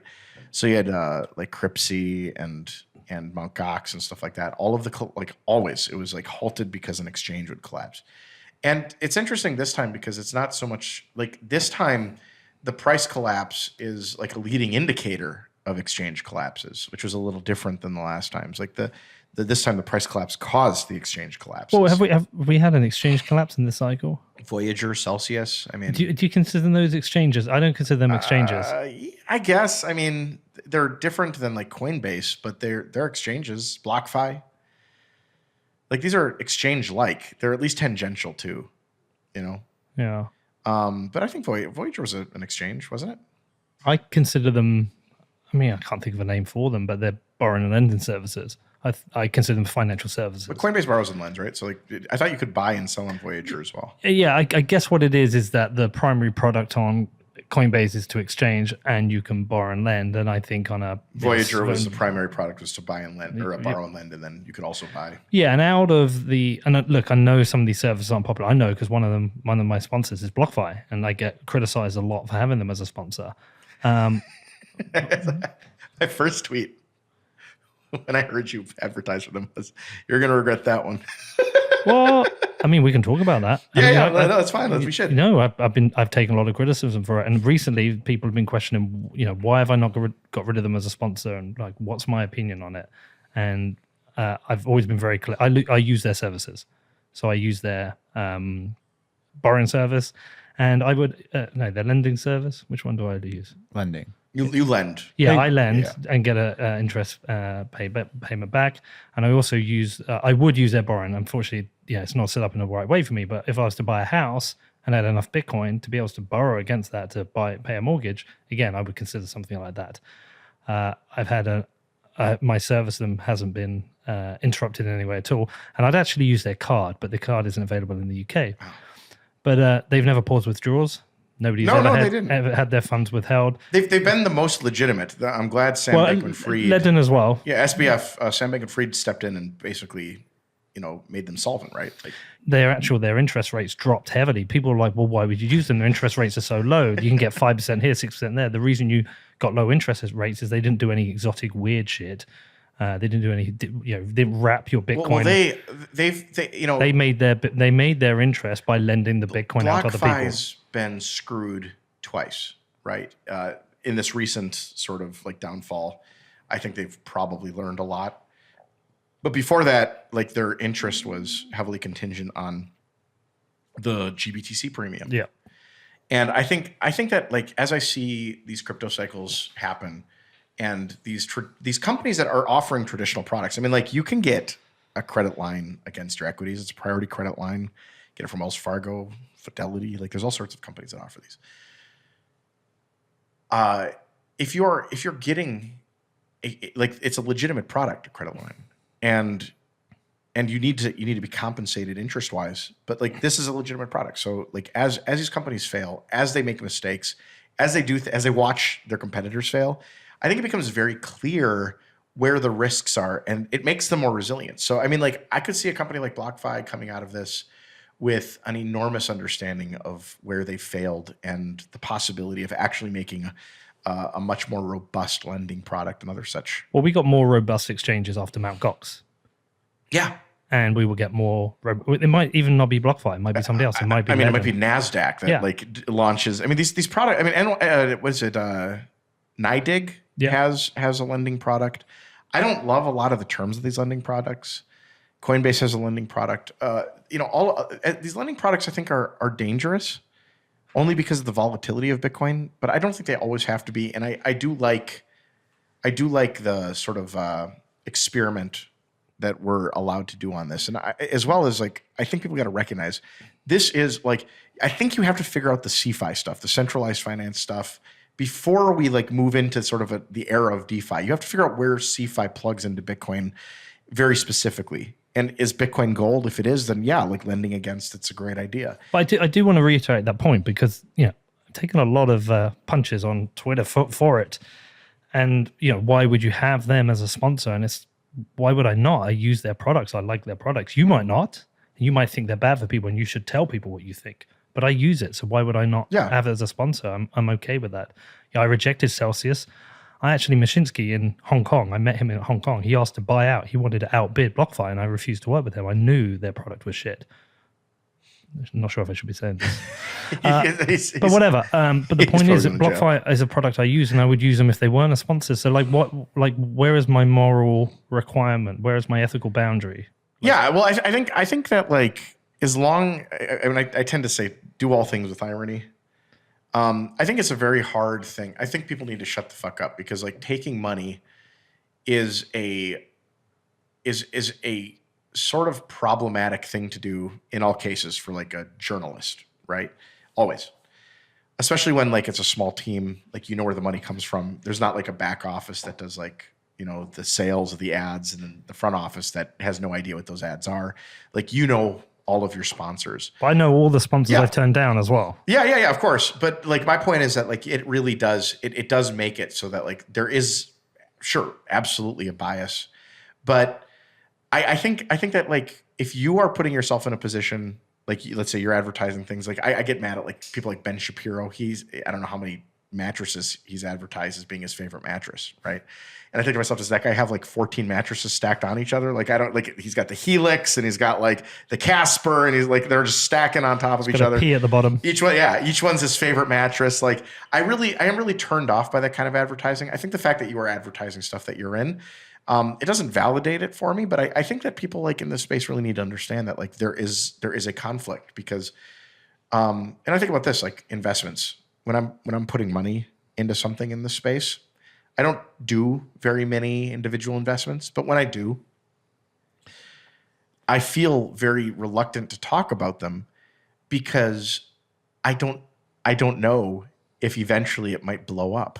And I don't like the idea of like getting people into this thing that I'm putting money into, getting people to like use it based on my name or anything like that, or my level of trust. I don't know if I have any, but I do very strongly like want to guard the little credibility I have in that way. And so I've like been very like careful about talking about that stuff. But like a podcast is very different. And when you run a podcast, I think you're taking money from people, and like it can be a little hard to criticize them. I think you actually do a pretty good job of like running, willingly taking the criticism. Yeah, look, there is certainly a conflict. Yeah. I am taking products. Can I be openly critical about these companies? Yeah. And then it's like, what is my role in this? Is my role a journalist or an interviewer? If I'm a journalist, should I be investigating these companies? Well, I'm not investigating Celsius or Voyager. I have people on have interviews. Will I talk about my relationship with BlockFi? Sure, I'm happy to talk about it. They've sponsored the show for plus 3 years now. We take our sponsors very seriously. I talk through them, and Danny is, one of our sponsors is a Bitcoin casino. We talked about this. Well, should we be doing this? What about if people lose money on that? So, well, I go to Vegas. I lose money all the time. Yeah. These are free. These aren't scams. They operate within the law, but they are things where you have to understand the trade-offs and the risk. Because you want to have a gamble. I think everybody who gambles knows there's a risk of losing. Yeah. And I think most people these days know with something like BlockFi, you're handing over your private keys and there's a risk. I'll tell you what I dislike about BlockFi is that, like, again, it's in the same space as like everything else in Bitcoin. I do not think that they are compensating you appropriately for the risk that you're taking on. And I think this market is proving it. Like, I don't know what they're giving now, 3% a year, 2% per year. It depends on how much you hold. But yeah, let's say it is that. And yet 2 weeks ago, they had to be bailed out and nearly went bankrupt. Yeah, but they weren't in a situation where they might have gone bankrupt and not been able to return funds. Okay, their risk was a run on the bank. And what did they call it? What does he call it? It's to do with the time difference. Like, they've got your Bitcoin that they hold and the Bitcoin they lend out. Okay, so they they can't call all the loans in and they can't pay you. Yeah, that makes sense. So they had an inventory problem. Yeah, an inventory problem and a liquidity problem, but it's not a problem where they've lost your funds, which appears to be the case with Celsius. It appears to be the case there's actually a black hole, and it doesn't appear to be the case. Well, that's the thing. Like, that's why they were able to find a buyer, right? Sam Bankman-Fried stepped in and he was like, "Well, this looks like these books balance." Right? Yeah. I'm sure Celsius's books do not balance. And how much stress on the BlockFi system came from the contagion of other things, and maybe they do come out this stronger, and we get stronger products from that. My view on it is these are optional products. No one forces you to use it. Correct. And the risks are there, and you should and could be aware of them. I mean, we don't even advertise their yield at the moment, but it is a tricky one. I have thought about this. I've thought about it a lot. What is our responsibility here? With every one of our sponsors, how much responsibility we have. Yeah, and I don't put a lot of we wrestle with it. Me and Danny talk about it a lot. I never wrestled with it. Like with Bitcoin Uncensored, the reason we never took any money was because then we never had to wrestle with that question. And the reason we never wanted to wrestle with that question is this exact same, issue, right? Yeah. You got to wrestle with it. We never did. We also didn't make any money on Bitcoin Uncensored. That's the thing. Like, it was never profitable. We just did it because it was fun. Yeah. So, we did, but we have 7 employees, and we have. You have a whole operation. We had nothing. It was Chris and me, and like just fucking having fun. It was just a blast, and that's what I loved. That's what I loved about it. It was really fun to just like do it, but it was also tedious and arduous, and like there was never any money. It was just us just making content and just having fun. And I do think that is the difference. Like, if you're running this as a business, it's a little different. Like, we were able to do something that was a little bit more artistic, a little bit more like journalistic, confusing to everybody, but sort of postmodern journalism. And I think it's very difficult for anybody else to do that. It's an era, it's a different type of thing. And like, I think nowadays, people are here to they're building something a little different than we were. Well, so there's another thing people have said was like, well, why don't you charge for the content? Why don't you do Nobody that buys content. Nobody does. Nobody buys content. Like, I've been in content for forever. No one buys content. It's not fair to ask. It's never fair to ask. Do you remember when we did? How many subscribers did we have for our content? On Patreon? No, not Patreon. When we had that email list. Oh, yeah. The people who paid 12. Yeah, I think it went from I think maybe 14 was our top. 14 is $60 a year. Yeah, and of them, some of them were like sponsors who had bought it anyway. Yeah, so 14 at $60 a year. So that's $600. People don't buy content. $840. And that might change in the future, but people just don't. Like it's a very difficult pitch Yeah. to make people buy content. Very difficult. I subscribe to some content. There's a couple of podcasts I subscribe to. I don't know how well they do, but people won't subscribe to content. So the only model is the advertiser model. And then what are the rules? We have I say we, I mean, I'm not going to put this on Danny. They're my rules. My rules is, are you a Bitcoin company? Or do you have a Bitcoin product? If you have a Bitcoin product, okay, you're considered. And the second one, will I use it or am I using it? So if you've got a Bitcoin product and I do or will use it, then I'm happy to sponsor you to be a sponsor. I use BlockFi, I use Gemini, I use Casa. If you go through our list of sponsors, I literally use all of them. And so it's very hard for me to say is, why would I not accept their sponsorship revenue for a product I would use? Now, I've turned down stuff that I won't use or wouldn't use or don't use, and that's fine.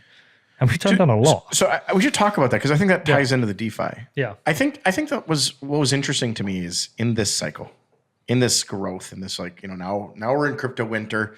This is a time to reflect, a time to think back on the last year or a few months.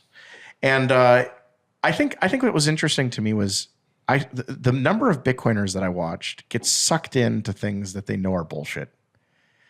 The NFT stuff, for example. I have story after story of Bitcoiners who came up to people or me or others and were like, I have some NFTs. And I love them, and you're just kind of sitting there like, programmers, people that know what these things are, they're literally receipts. And I would say to everybody, like, if you want to buy NFTs, I don't care. I don't find them to be scammy. I find them to be Beanie Babies. They're just collectibles and you're buying a receipt. That's it. It's a very dumb purchase, but right now, for some reason, there's prestige coming from it. So do it with irony, go forth. But there's a lot of Bitcoiners that were buying NFTs. And I think similarly, there were a lot of Bitcoiners that were enticed by the DeFi pitches. And I saw like Novogratz, right? He's not a Bitcoiner. Novogratz has always had a love for like Ethereum. I think it's because he was brought into the space by Joe Lubin. But he's always had kind of a love for Ethereum and Ethereum type products. He got a goddamn tattoo of Luna. He's got a lot of tattoos now. Yeah. Well, he's got to cover it up. You've got to like distract from the Luna tattoo he has. So he got a tattoo about Luna. It's a wolf howling at the moon, And I look at something like that, and I mean, he was not the only one who got enticed. I saw Bitcoiners left and right. I knew a guy up in Boca. This insane set of text messages. I messaged him the day that Luna depegs, and I'll call him John. I go, John, are you still in DeFi? Because like I've been having dinners with John for months.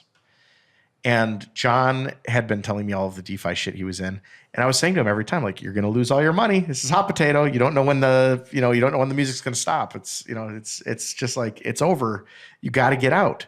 It's good now. Get the fuck out. He's like, oh, it's a long ways off. It's a long ways off. We'd have this discussion. It's always a long ways off. Nobody knows like when the market's going to explode, and no one ever knows when it's going to collapse. And when it collapses quick. When it explodes quick. It happens all the time. Here in this industry. And I've witnessed it. Like I thought I had more time to buy $7 Bitcoin, and then all of a sudden it was $800. So I asked him this. I was like, do you have some DeFi stuff? And he messaged me back, oh, nothing, not too much. He's like, just the safe stuff like Luna and a few others. And I'm like, oh, I guess he feels comfortable in these things, even though like Luna's clearly depegging. Weird. Week or two goes by. I don't see him. I message him back, hey, like, what's going on? He messaged me back. He says, I've lost huge amounts. I've lost everything. Like I was on vacation. I hadn't been watching the prices. I didn't know Luna was depegging. And this happened to a lot of people. This kind of thing, I think like people were really very comfortable sitting in their DeFi, not because they knew it wouldn't collapse, but because they really thought that like it had been up for months. And like, this will not be the day. That seems to be like kind of this will not be the day. This will not be the day. We've got one more day. It's not going to be the day. I'm going to go on vacation. It won't be this week. I'm on vacation. I'll come back next week. Maybe it'll be next week. And that's the week it collapses. And they don't realize how quickly it collapses. Like Bitcoin Tina tells me this joke. A guy goes into a stockbroker and he's like, oh my God. And there's this thinly traded stock. And he goes, I want I want to buy this. And he buys it and the stock price goes up $30. And he goes, oh my God, I've made so much money. I want to buy more. So he buys more and the price goes up $60. He's like, oh my God, I am so rich. I want to buy more. And he buys it and it goes up another $30. He's like, oh my God, this is crazy. Sell it all. And his stockbroker looks at him and says, sell to whom? And I think that's like where everyone got caught. Is they didn't realize that they were playing merry-go-round. They were playing like Ponzi, some sort of Ponzi game, and it ends at some point, and they don't know that, like, you'd never know when that's going to happen, and when it does, it's quick.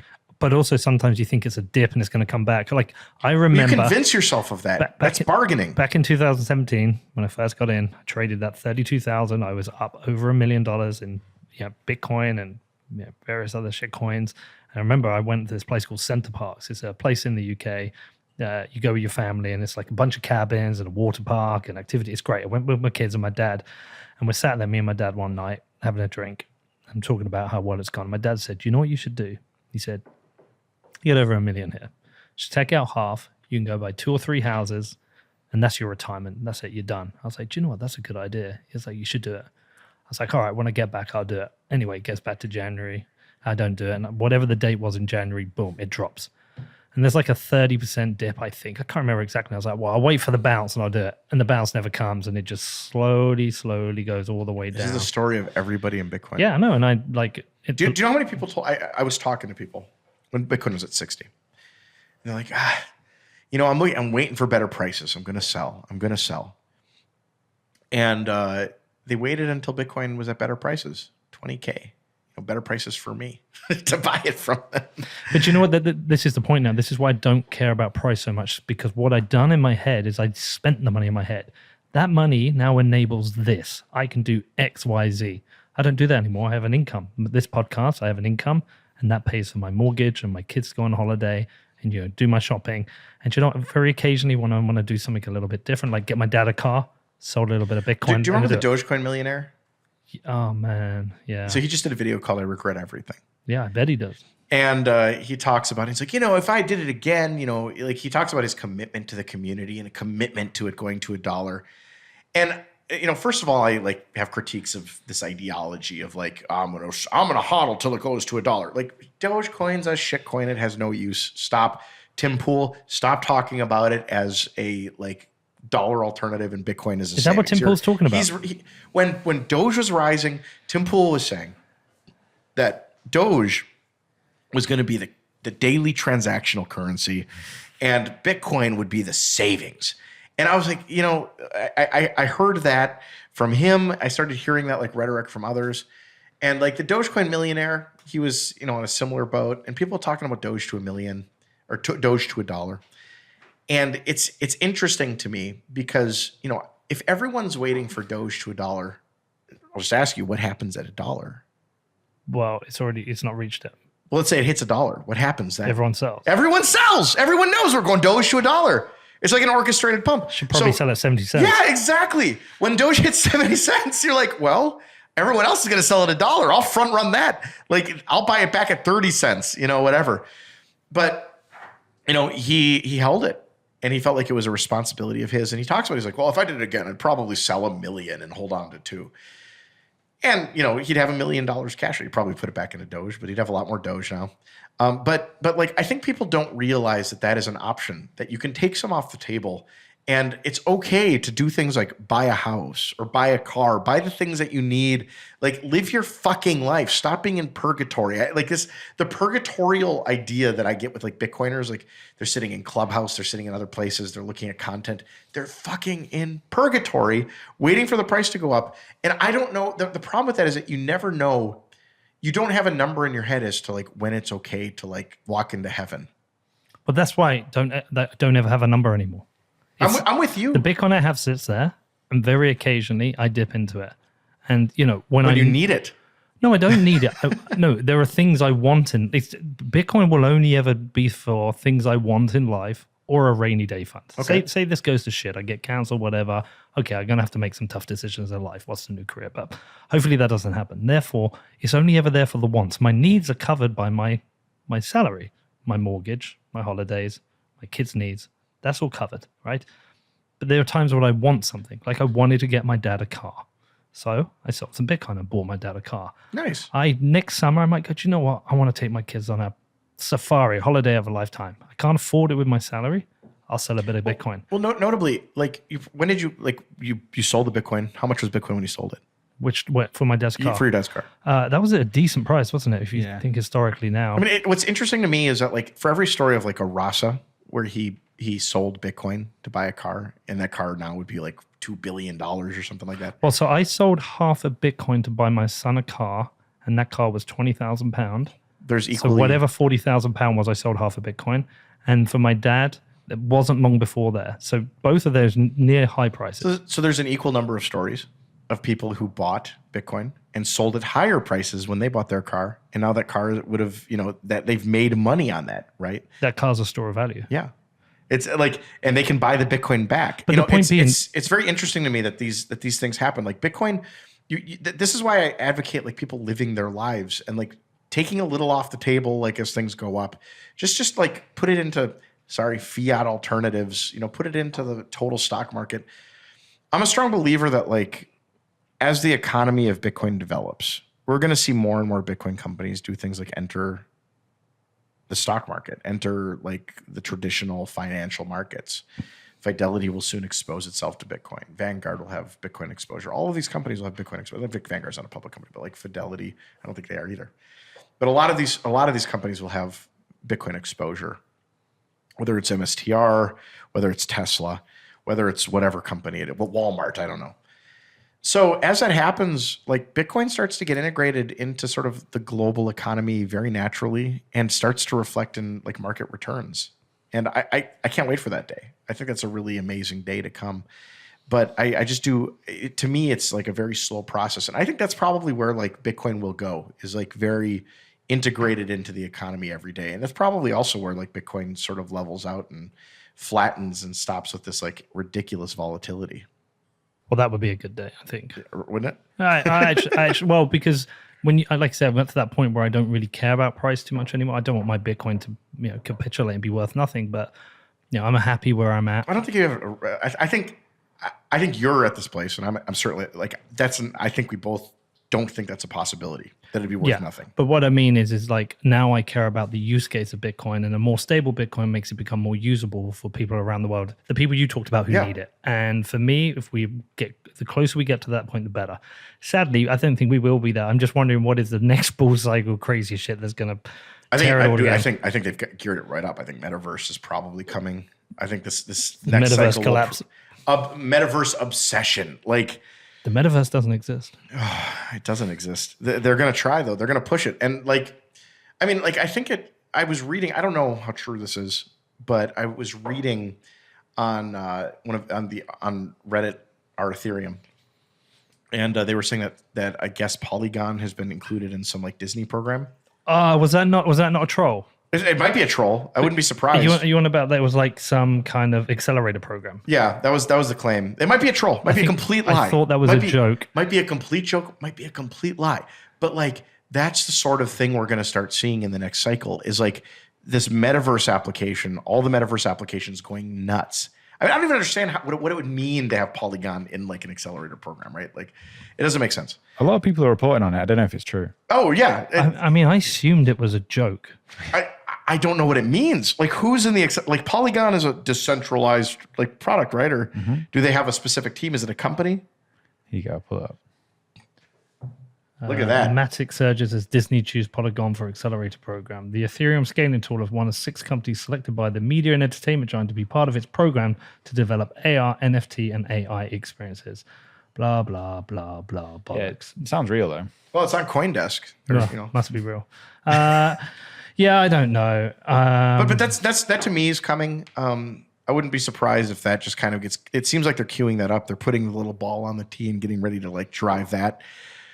That'll be as dumb as every other one. It'll involve a combination of every scam we've seen before in the space. This is like a stew. Every single time we pump, the witches get there and they brew the next one. They just add another thing to it. So like they'll add metaverse to the previous scams. It'll be an ICO plus NFT plus metaverse plus, whatever fucking scams have come before.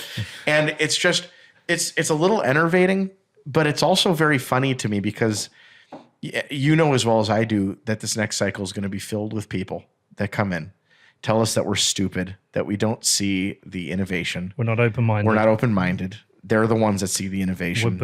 We're boomers. Even though, which is always ironic because I'll be accused every time these pump of not being the one to see the innovation. Meanwhile, I'm like, you guys made fun of me when I was playing with Bitcoin early on. Like, you guys missed the innovation. These are not the people that come later to these pumps. They are not the innovators. They are not the people that saw innovation early on in this space. That's super interesting to me. Like, let's go to art bars and hang out with them. Gladly. They're interesting people. There's the artists. The artist that showed up to this space really was, to me, very interesting. I find it hard to criticize them, even though I criticize the technology. When an artist comes along and somehow is able to forge a career and actually be able to create more art, I'm kind of like, well, fuck it, go on. Then. What's funny is I don't mind that. I don't mind when they, like, NFTs for me were interesting because to me it was just like literally prestige. That's what people were buying. I get it, fine. Damien Hirst seemed to know that right away. Damien Hirst, I think, made a lot of money playing the game, doing what Damien Hirst does, and knowing that these are essentially worthless receipts.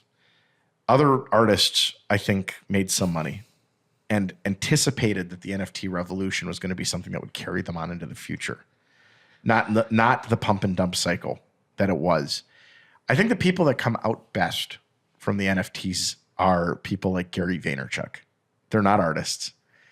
They're not interesting. And they saw it exactly for what it was. And they got here and they did it with all the irony. And they understood that this was a short-lived, very quick cash grab. Those fucking drawings he was selling. Yeah. Try and find squigglies. Find his drawings. No, we got to talk about that. Show them. They're so funny. Listen, you probably don't know, I collect sneakers. We call them trainers. I collect them like rare pairs. I've got like 200 rare pairs. Oh. I've got Dunk Londons where there's only like 200. Dunk Londons, dude.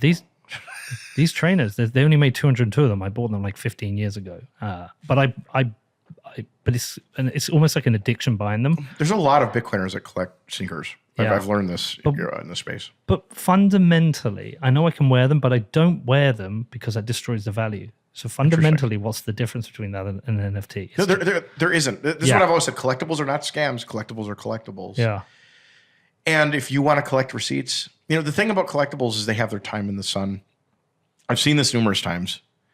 This is why I think the tulip bubble is the most uninteresting bubble to compare anything else after it to, because the tulip bubble fundamentally is a collectibles bubble. It's not an economics bubble. Fundamentally, it was about like collecting individual like types of tulips, right? The Augustus Semper, for example. And I don't even know if there's enough evidence that it even existed, but like that was fundamentally what the tulip bubble was about, was collecting. So it was a collector's bubble if it existed. I don't think that you get any economic lessons from collecting prestige items. I don't think there's anything there. Maybe there's a solution to why markets like bubble and don't, and collapse, maybe, but there's no information there. So when the NFT stuff happened, I was like, whatever. There's nothing different between my Beanie Baby collection, your sneaker collection. Have you got a Beanie Baby collection? Oh, fuck yeah. Go look it up in the Financial Times. You can bring it up. You've actually got it? Yeah. Yeah, I got a nice Beanie Baby collection. Junseth Financial Times, Beanie Babies. Probably just Financial Times Beanie Babies. It's not like they write about them often. Do they still have value? Do people still collect them? To me? No, do people still collect them? Yeah, people do. There's a very small community of us. Do you have any particularly rare ones that are highly valuable? I have them all. What do you mean you have them all? I have all the rare ones. I have Humphrey the camel, Peanut the royal blue elephant, Digger the orange crab, Lizzie the tie-dye lizard, Steg. Is this the Gary V stuff? I've got no idea about this. What's that? That looks very Gary V-ish. They might have been dumber than that. Those look too well drawn. This is called V frames. So that's essentially $12,000. Yeah. Look at that fucking. What is that? Is that a cat? Is that and it's probably been listed there since ETH was like $3K.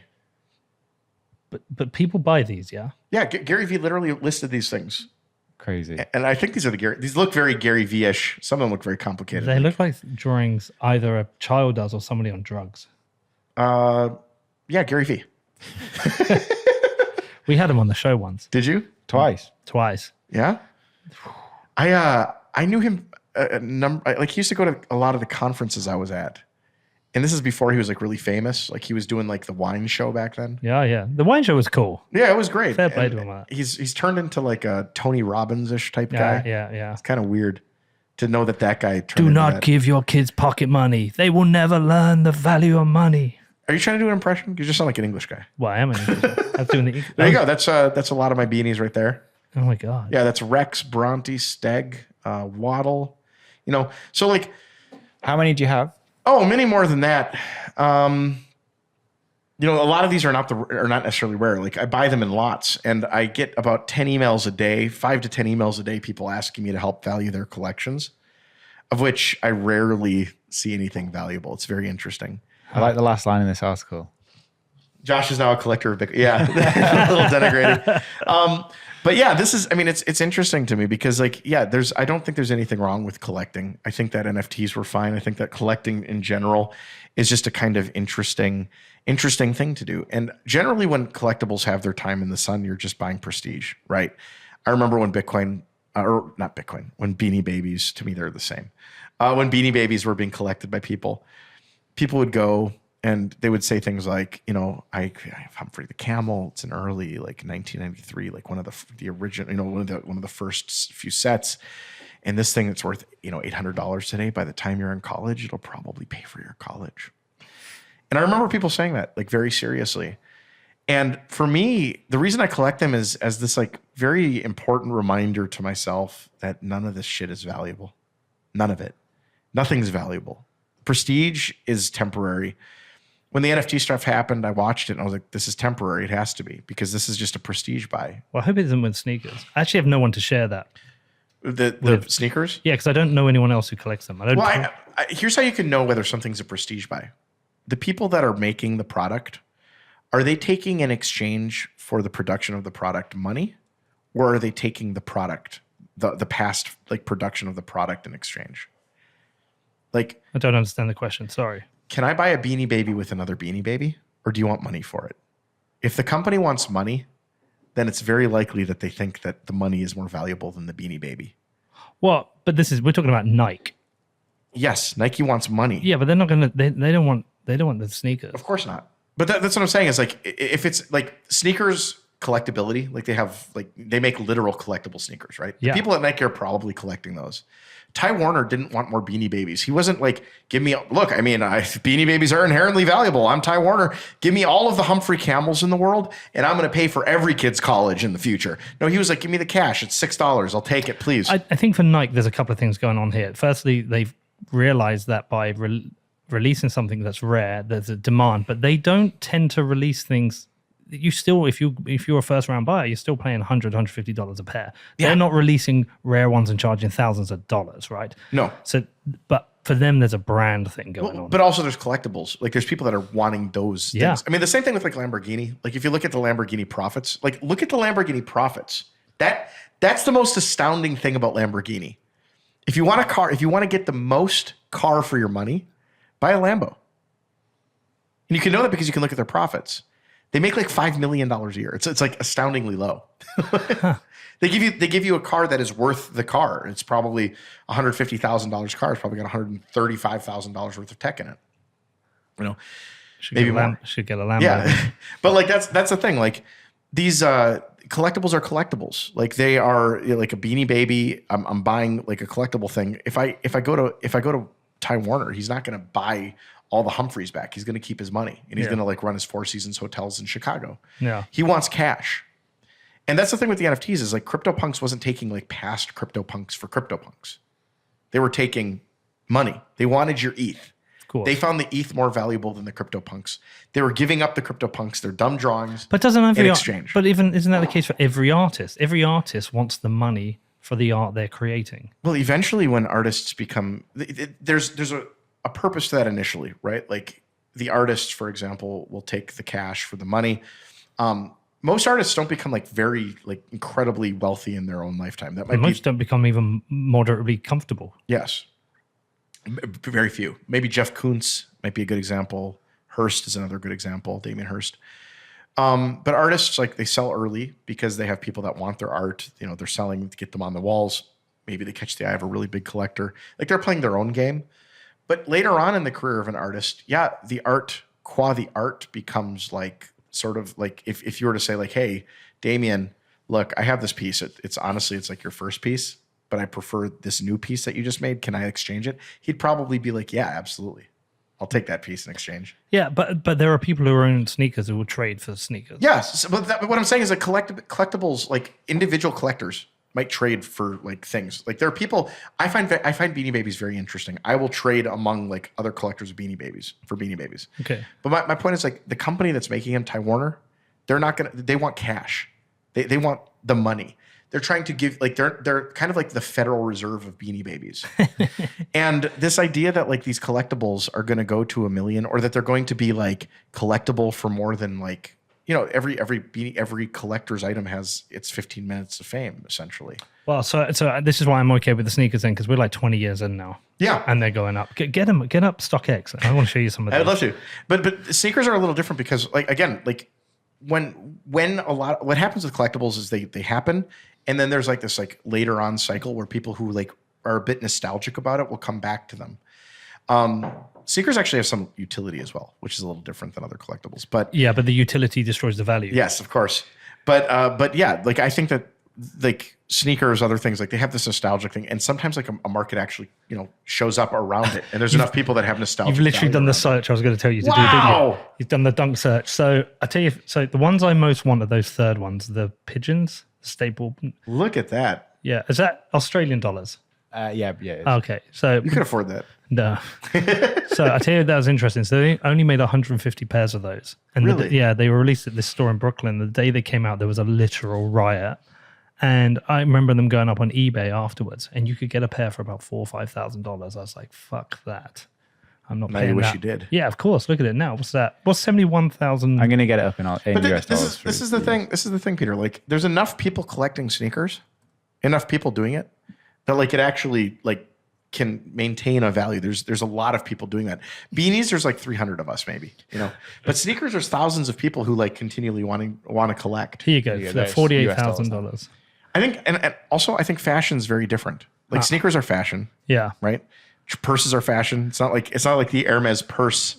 The Birkin bag has like disappeared from the market. So those Dunk Londons I've got, I bought them on the initial release. The top, upper left. No, middle left, the blue one. Oh, the 24K ones. Yeah, I bought them for £120.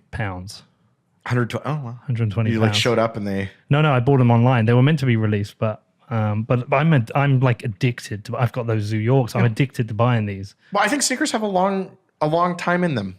And by the way, all you're doing is inventorying them for like Jay-Z, who's eventually going to buy them and wear them. He can buy the whole stack. Well, my son's like, they're going to be mine one day, aren't they? And I'm like, yeah, they can. I'm gonna put them on my feet. I'm like, okay. I'm like, you can't fucking wear them. No, but I think fashion's fundamentally different than like most collector stuff because like fashion has, you know, like I said, the Hermes Birkin bag. It's you know, it doesn't have the same fervor around it. Like I don't know that sneakers have the same fervor that Beanie Babies did. Do you remember beanies? No, I remember, but there was a real hype cycle on that. Yes. Yeah.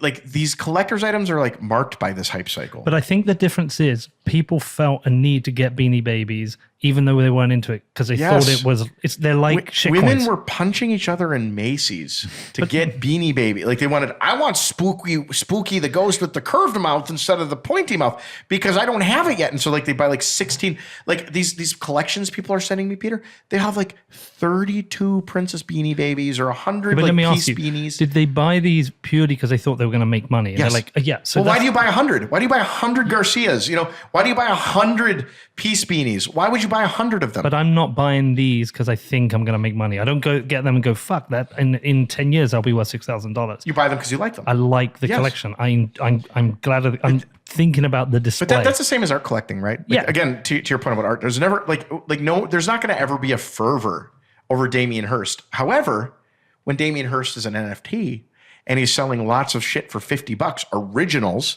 there might be a fervor, right? So like, I actually for Damien Hirst, has he actually done that? yeah. Yeah, because I find that a bit gross. Yeah. That to me devalues other Damien Hirst work. But hasn't all his art been He's a marketing, billionaire. He doesn't basically? give a shit.